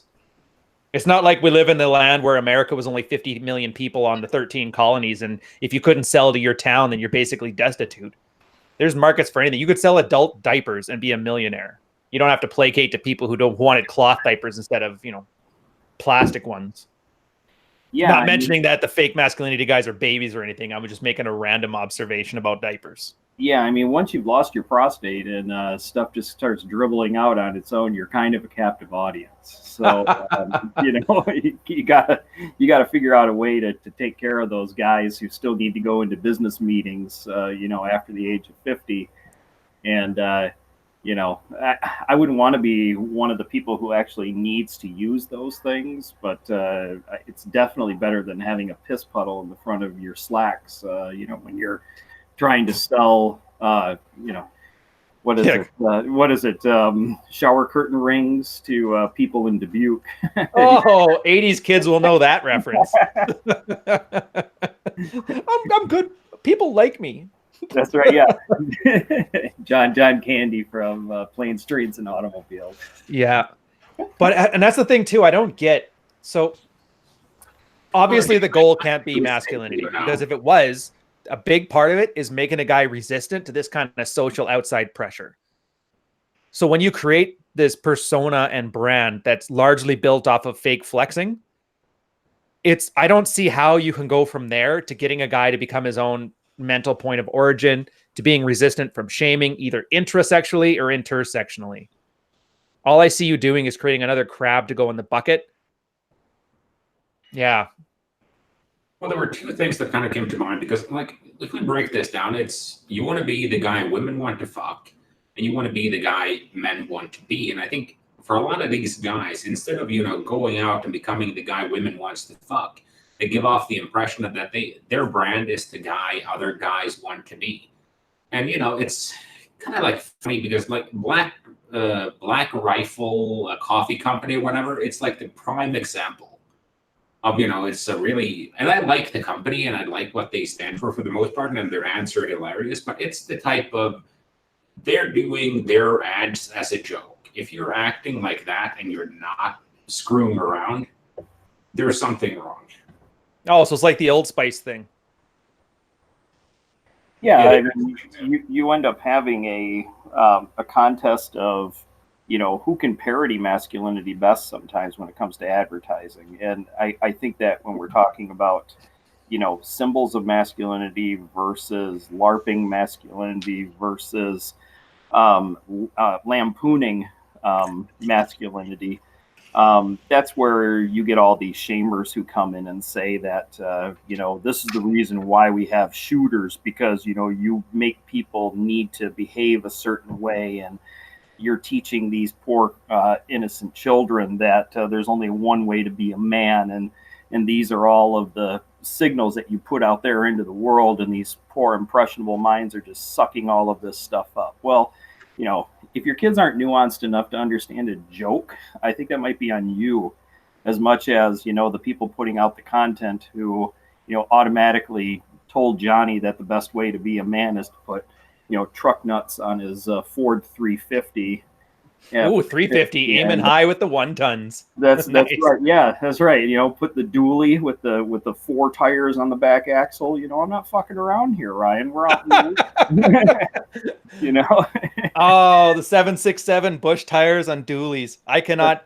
All you need is that standard roll bar on the top. That's right. And my weekend car is a 77 Corvette with Kragers. I mean, I am a man.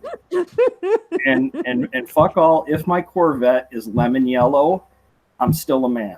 So deal with it. But yeah, I mean, all of this stuff is just very, taken from the Midwest mostly. So I see all this stuff all the time. I mean, you can be in the middle of Michigan, Ohio, Indiana, Kentucky, Illinois, and it's all the same thing. It's like we took the dumbest shit from the South and kind of put it all on a vehicle, and that reflects our understanding of what we believe it is to be a man as some type of projection out to the rest of the world. The Calvin and Hobbes sticker where you got some dude pissing on a Ford or a Chevy placard. Yeah, we got that up here. The only difference is we use an IROC Z instead of the Corvette. Well, the IROC Z is its own 80s masterpiece in a different way. But yeah, what a charitable explanation. Yeah, that and the Firebird, Formula and Trans Am, which were also huge virtue signaling sports cars with no sport to them. But anybody who knows cars knows that those were basically for the factory guys who wanted to look cool driving to the factory job. But anyway, yeah, it's part about all of this is just the fact that you get all those stuff, and then you go to get a bagel, and then suddenly you end up ranting and going viral. Oh yeah, that guy. Man, I've tried really hard not to do the topical stuff because I hate that like easily digestible thing. But you're right, he is a complete symptom of that entire thing.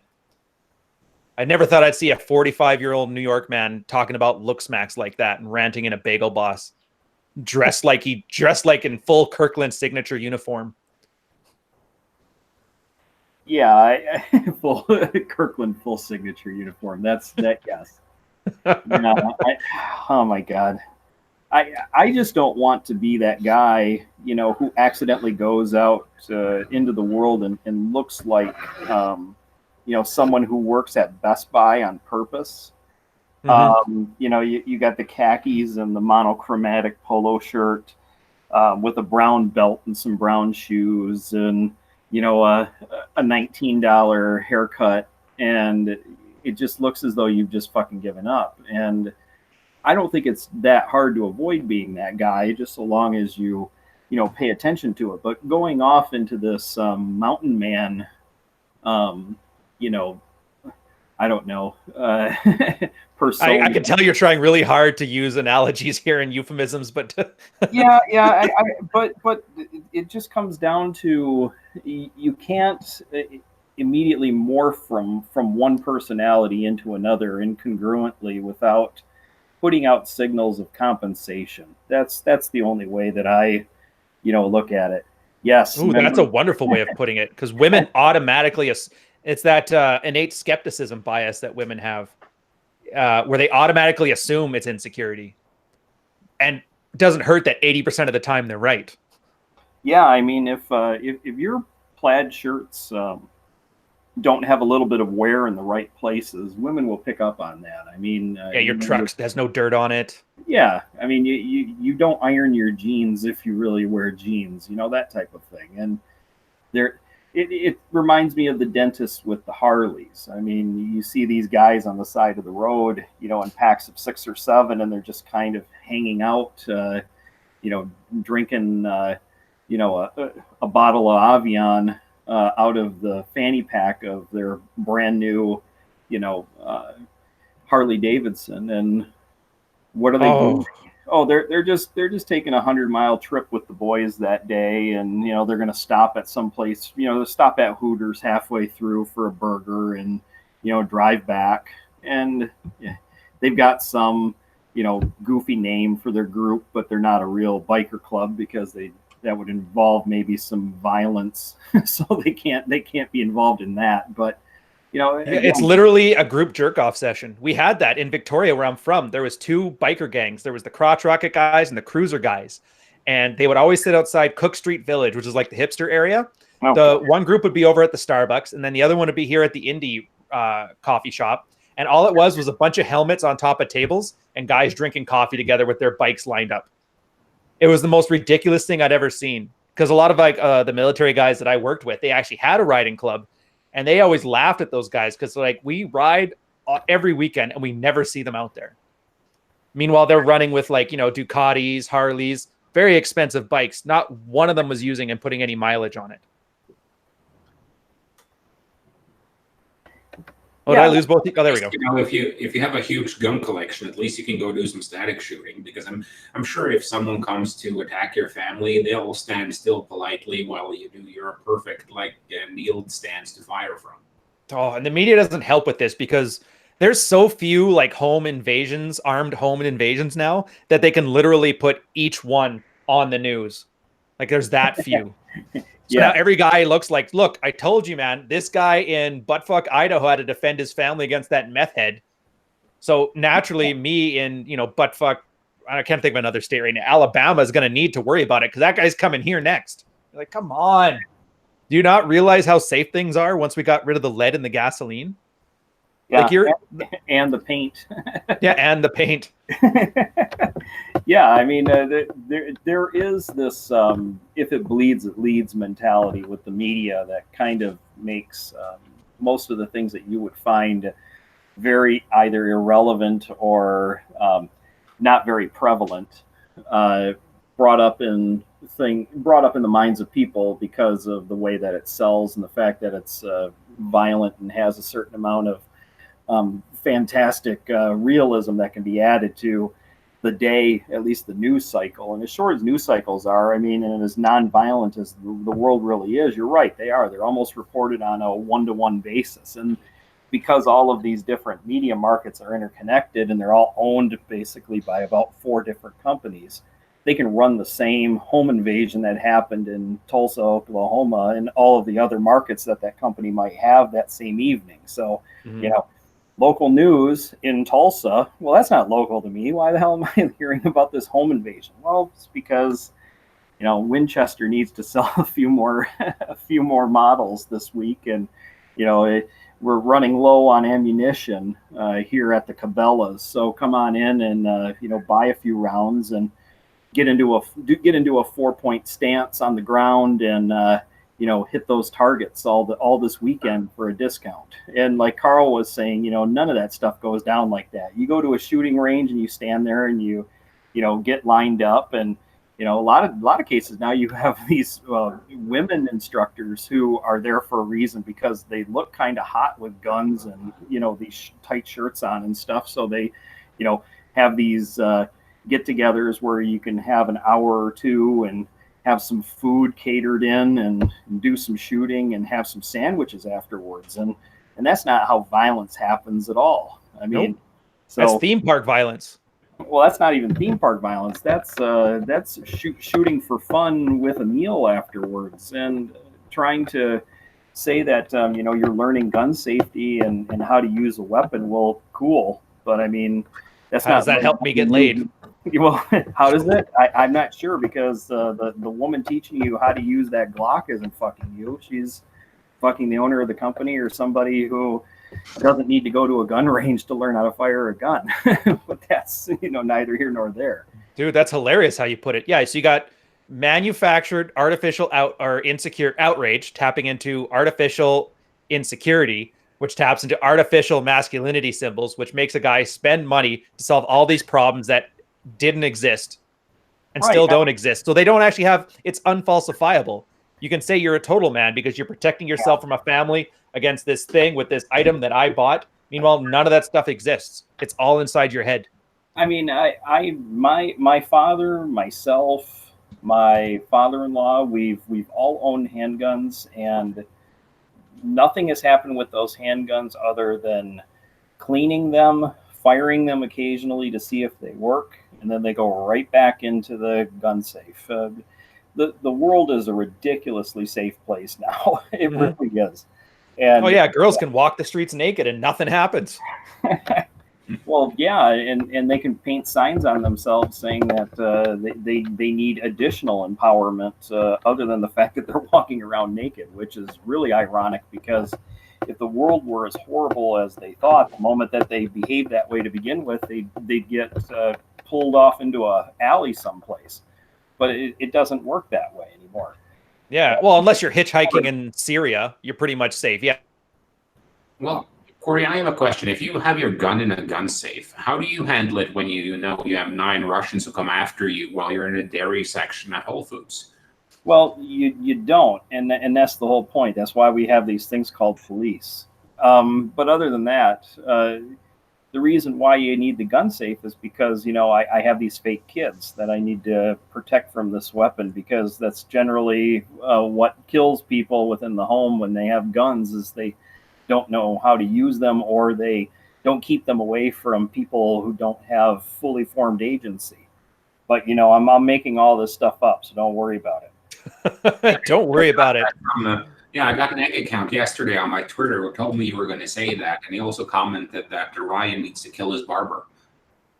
Oh, dude, I didn't even want to bring that up. I was so angry. I'm like, just give me an undercut. And he literally, I have like this weird lopsided where this side is 2 inches higher than the other. I finally grown out long enough where I can get a haircut and fix it again. So angry. And thank you very much for bringing it up. Oh, it looks like your hair stroked out. Yeah. Well, it's the Kid and Play fade. No big deal. 90s kids will remember that one. Dude, you're nailing all the pop culture references. You're taking my shtick. But I guess we should probably go pretty soon. I think Rule 0 is starting in about half an hour here, but this is so much fun. I just want to keep going. I will say, though, from the points... 9 minutes.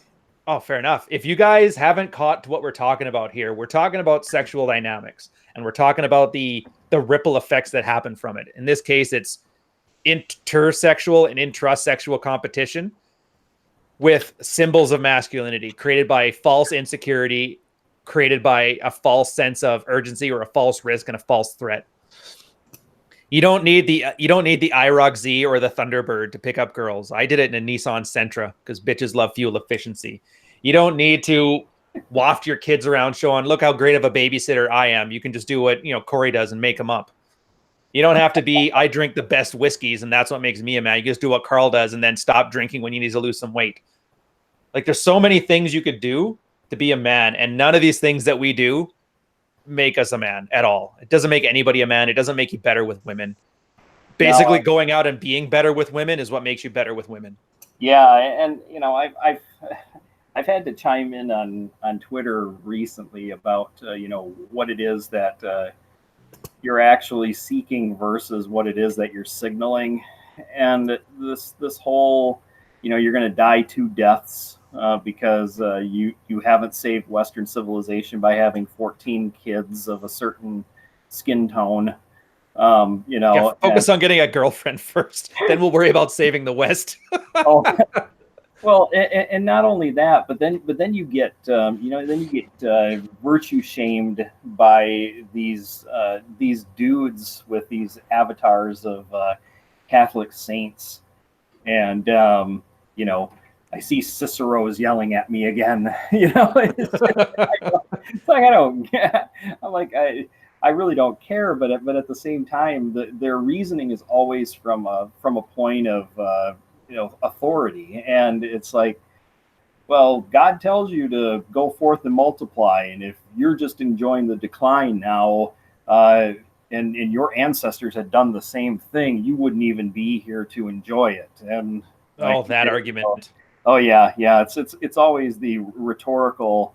But if you behave the way you did now, you wouldn't exist. Oh, all right. Well, let's go prove that, shall we? I don't think you're right about that, for one. And secondly, conflict forces you to take different actions than sitting around and pontificating whether or not, atheism versus any other type of religious system is sustainable in a Western society. I don't care. I mean, I got a mortgage to pay. I got money to make. I got kids to raise. I got responsibilities every day that have nothing to do with whether or not my responsibilities to the West have been taken care of for the day. Yeah, you're looking forward too much to stare down and navel gaze. Well, not only that, you just fill the time with too many responsibilities to sit and navel gaze. I mean, if I were an academic or something, and I could have some other men satisfy my wife, maybe I could take 2 or 3 years and write a book about it. But I'm not going to do that. So you're such a dick. Oh, and by the way, if you're interested in that product right now on mine and Ryan's new Shopify store, Don't Be That Soy, we have a special deal going, so guys can come in, they can rent the Harlem Globetrotters to come to your house and satisfy your wife. And for only 10% extra, we'll send you the bench warmers too, so she can get a real good pounding. Well, I mean, the Washington Generals need to have fun too, Carl. Such a dick.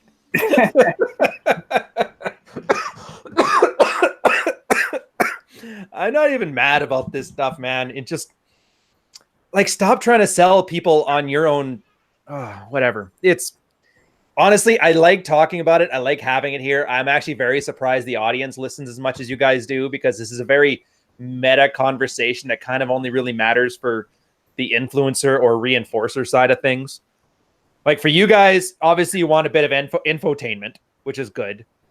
And it's kind of our job to do it in the best way possible. We have two distinct camps here, whether they know it or not. Guys who want to sell you on feelings and guys who want to sell you on results. Yes, I completely agree with that.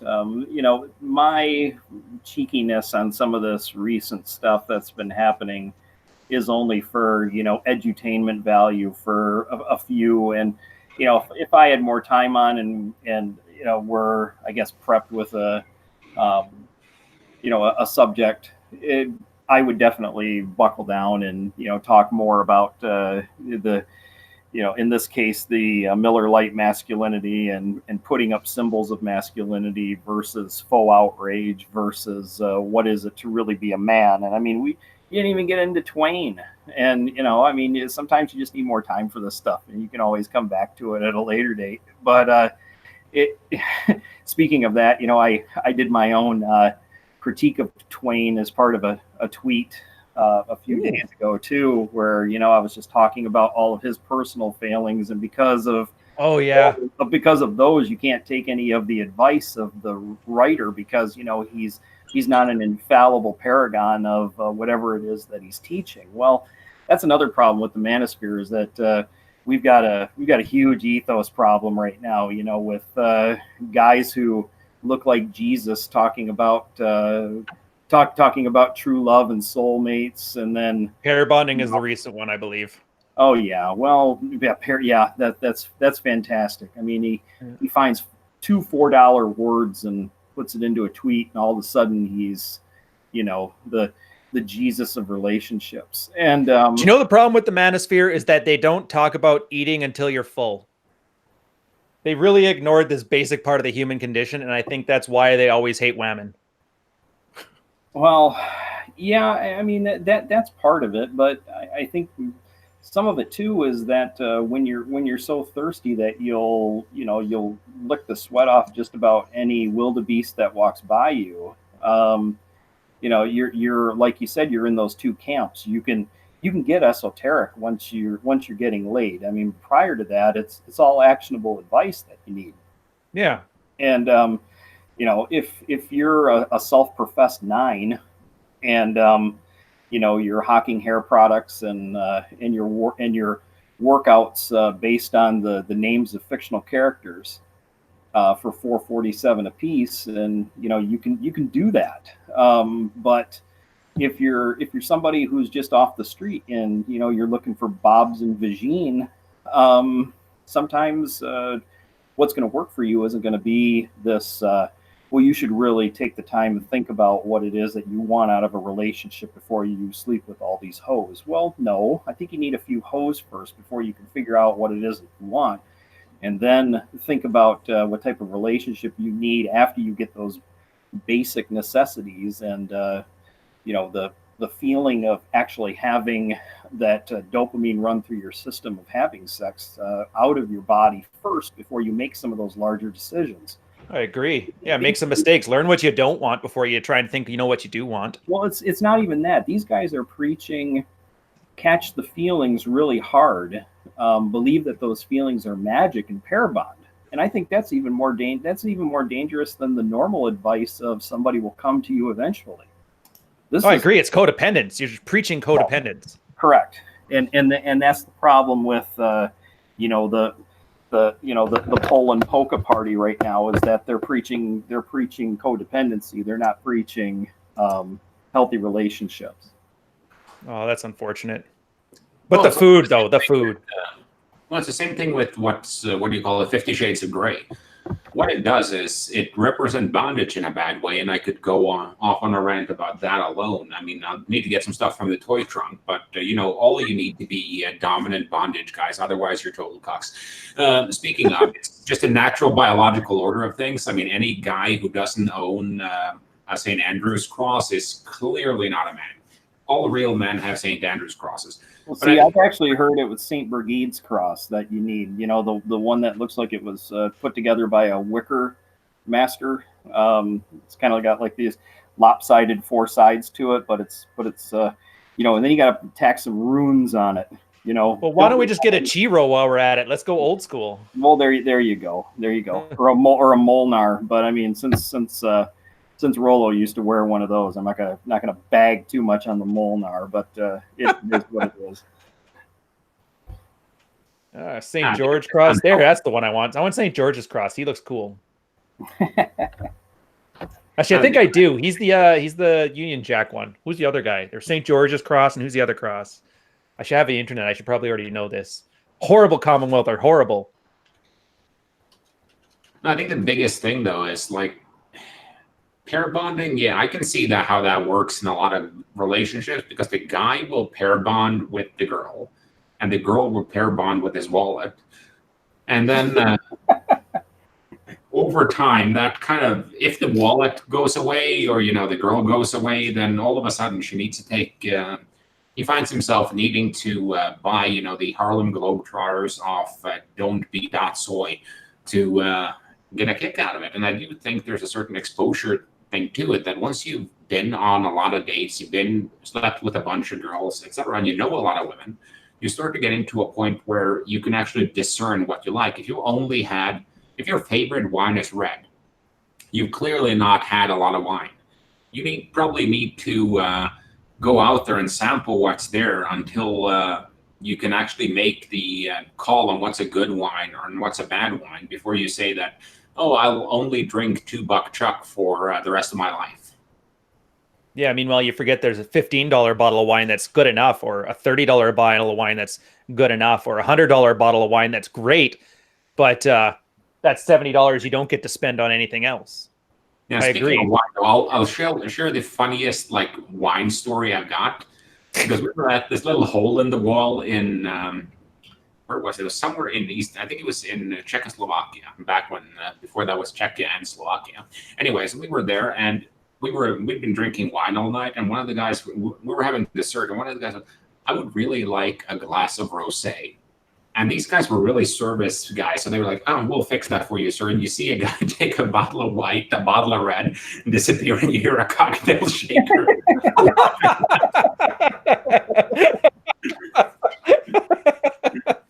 I like that guy. Solid man. Solid man. No, I know how to do this. It's 2/3 Chardonnay, 1/3 Merlot. Be And careful. sugar cube. Yeah, that's right. Yeah, the sugar cube. And a dash of nutmeg. It was just from college. I remember this. Every guy always had the bottles of gin all up on his counter, all the empties, because gin used to glow in the dark back when bars had black lights. And then the girls would always have just bottles of rosé sprung across their countertops. Hands down, if you want to get a college girl drunk and have a lot of fun, rosé is your friend. Anything else, you're wasting your time. Yeah, back when I was that age, there was actually an even more disgusting rose-colored wine, white Zinfandel. That was the big favorite. Oh yeah, Zins. I remember those. Oh God, just absolute tripe. The worst shit in the world. It was fruit juice. Yeah, pretty much. And a real Zinfandel, which is a very complex dark red, is anybody who drinks that and all of a sudden hears someone order a white Zin, they just want to like break the bottle and stab them in the neck with it. It's just the worst. And, but yeah, that was always the easy lay college wine beverage back in the day. I'm gonna order a bottle of white Zin, please. And yeah. Well, there's the thing too. Yeah, like we were just saying, you could be a real man and only drink something else, or you could be the man that actually gets his dates when he has a white Zin or a rosé at his house and has a bunch of girls coming over having a good time. I'm willing to suck up drinking a crappy wine if that means the result's that much better. I would imagine that Carl probably has a bottle of Prosecco somewhere in his fridge, just to either mix with fruit juice the morning after, or as a drink on the couch, watching Sons of Anarchy, because Carl's still a badass. Question, Carl, are you a real man or what? Do you have the white Zin? Oh, but just to correct Chesty here, yes, I have a bottle of Prosecco. I also have a bottle of Aperol. I'll have you know that Aperol Spritz is great for when you want to, get a girl drunk on those warm summer nights. You are correct. So what are you mixing with that alcohol? Oh, just more alcohol. No big deal, sweetie. Yeah.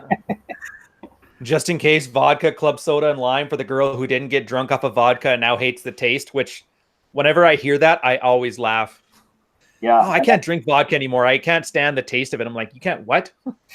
In other words, you can't stand cranberry juice now is what you're telling me. Yeah.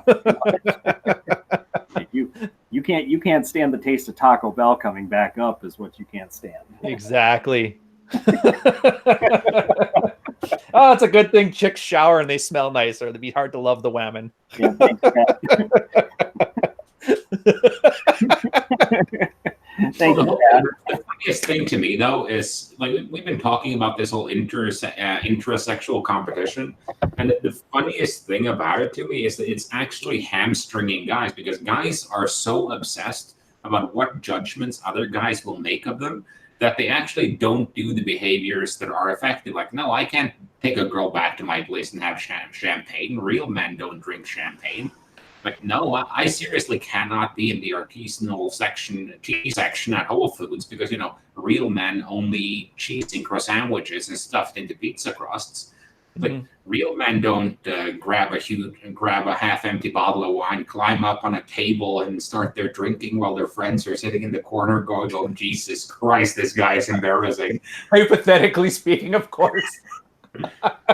Yeah, this is all. Well, it's just the whole thing. It's like, if you're so worried about what other, you should be worried if you want to get laid.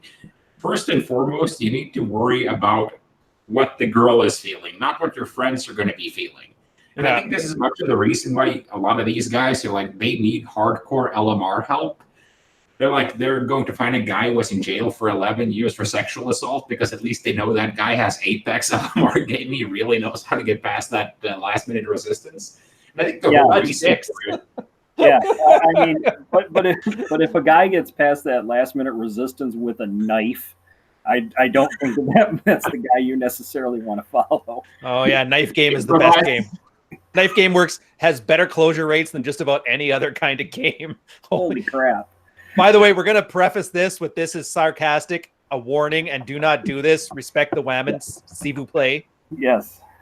Do not eat paint and carry knives on dates. Yeah, you know what? I'm going to preface that in chat too. I hate how there's so many literalist spurgs out there that I literally have to write down. Do not take the advice that knife game is good game. You rejects. Well, it's like I was on John's body language mastering course a couple of days ago. And one of the guys was like, "How do I escalate with a girl sexually?" And it was like, "You grab her by the pussy." And John was like, "No, guys, he doesn't mean seriously grab her by the pussy." Oh, and Jack in the chat here with chloroform game is what you guys want. You put the warning on that one. I'm not donating paint twice in one video. All right, we'll do a quick stop here for a sec. Abo with his €10 super chat. Thanks, Ivo. He's the most experienced IT guy in his company, not ahead of IT yet. The HR woman tries to push feminism applicants on me. Once I denied one, so she lectured me about sexism. Now I'm considering leaving. What do you do? You take away her email account. You just say, "Well, there were a lot of suspicious traffic coming through this girl's email account, so unfortunately we've had to lock her down.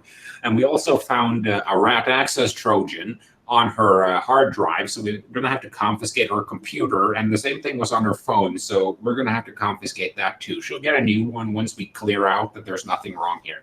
Dude, I loved doing that back in the day where you would have some technical issues, but you just like fucking lock the Exchange account. Yeah, exactly. It's like, you're in IT. Improvise, adapt, overcome. Yeah, for sure. And this one here, that's the thing. He never talks about you're not talking about the consequence. She lectured you about sexism, so just give her lip service. Do the Law 38. Oh, I can see what you're talking about. Well, let's try and get a really good qualified, person in here. And then every time, if they bring you somebody that sucks as some weird feminism thing, just like, yeah, I'd love to, but we really need this skill. I figured most jobs do very well at keeping outside applicants away from internal postings by making a weird laundry list of things that are needed. Why not make it work for you for once? Yeah, he needs to learn nuanced pretense. Ooh, there's the fancy $5 word. And yeah, actually, nuanced pretense. He needs to give plausibly deniable reasons for why a person shouldn't be hired without giving away the fact that he just doesn't want to work with a crazy feminist. And these can all be related to technical ability. They can be related to fit at other positions. It can be related to a specific skill set that you believe that you need, like Ryan said. But none of the reasons can be based on, I just don't want to work with a woman. And that's how you can take care of that situation for the most part. Make it about culture. Oh, just not a good fit. I don't feel as though this particular person, will last here long term because of X, Y, or Z.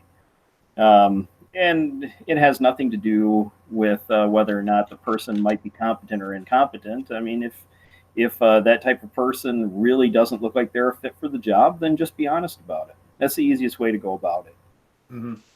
All right, on that note, we've got 6 minutes. We got to head in. Guys, we're going over to Richard's channel. That's where Rule 0 is today. Thank you so much for showing up. Glad you liked the rant. Hopefully we managed to actually touch on the theme of Miller Lite masculinity enough here to help you guys out. So go out there, get your dick sweat. Well, I mean, after the show, and I'll catch you later.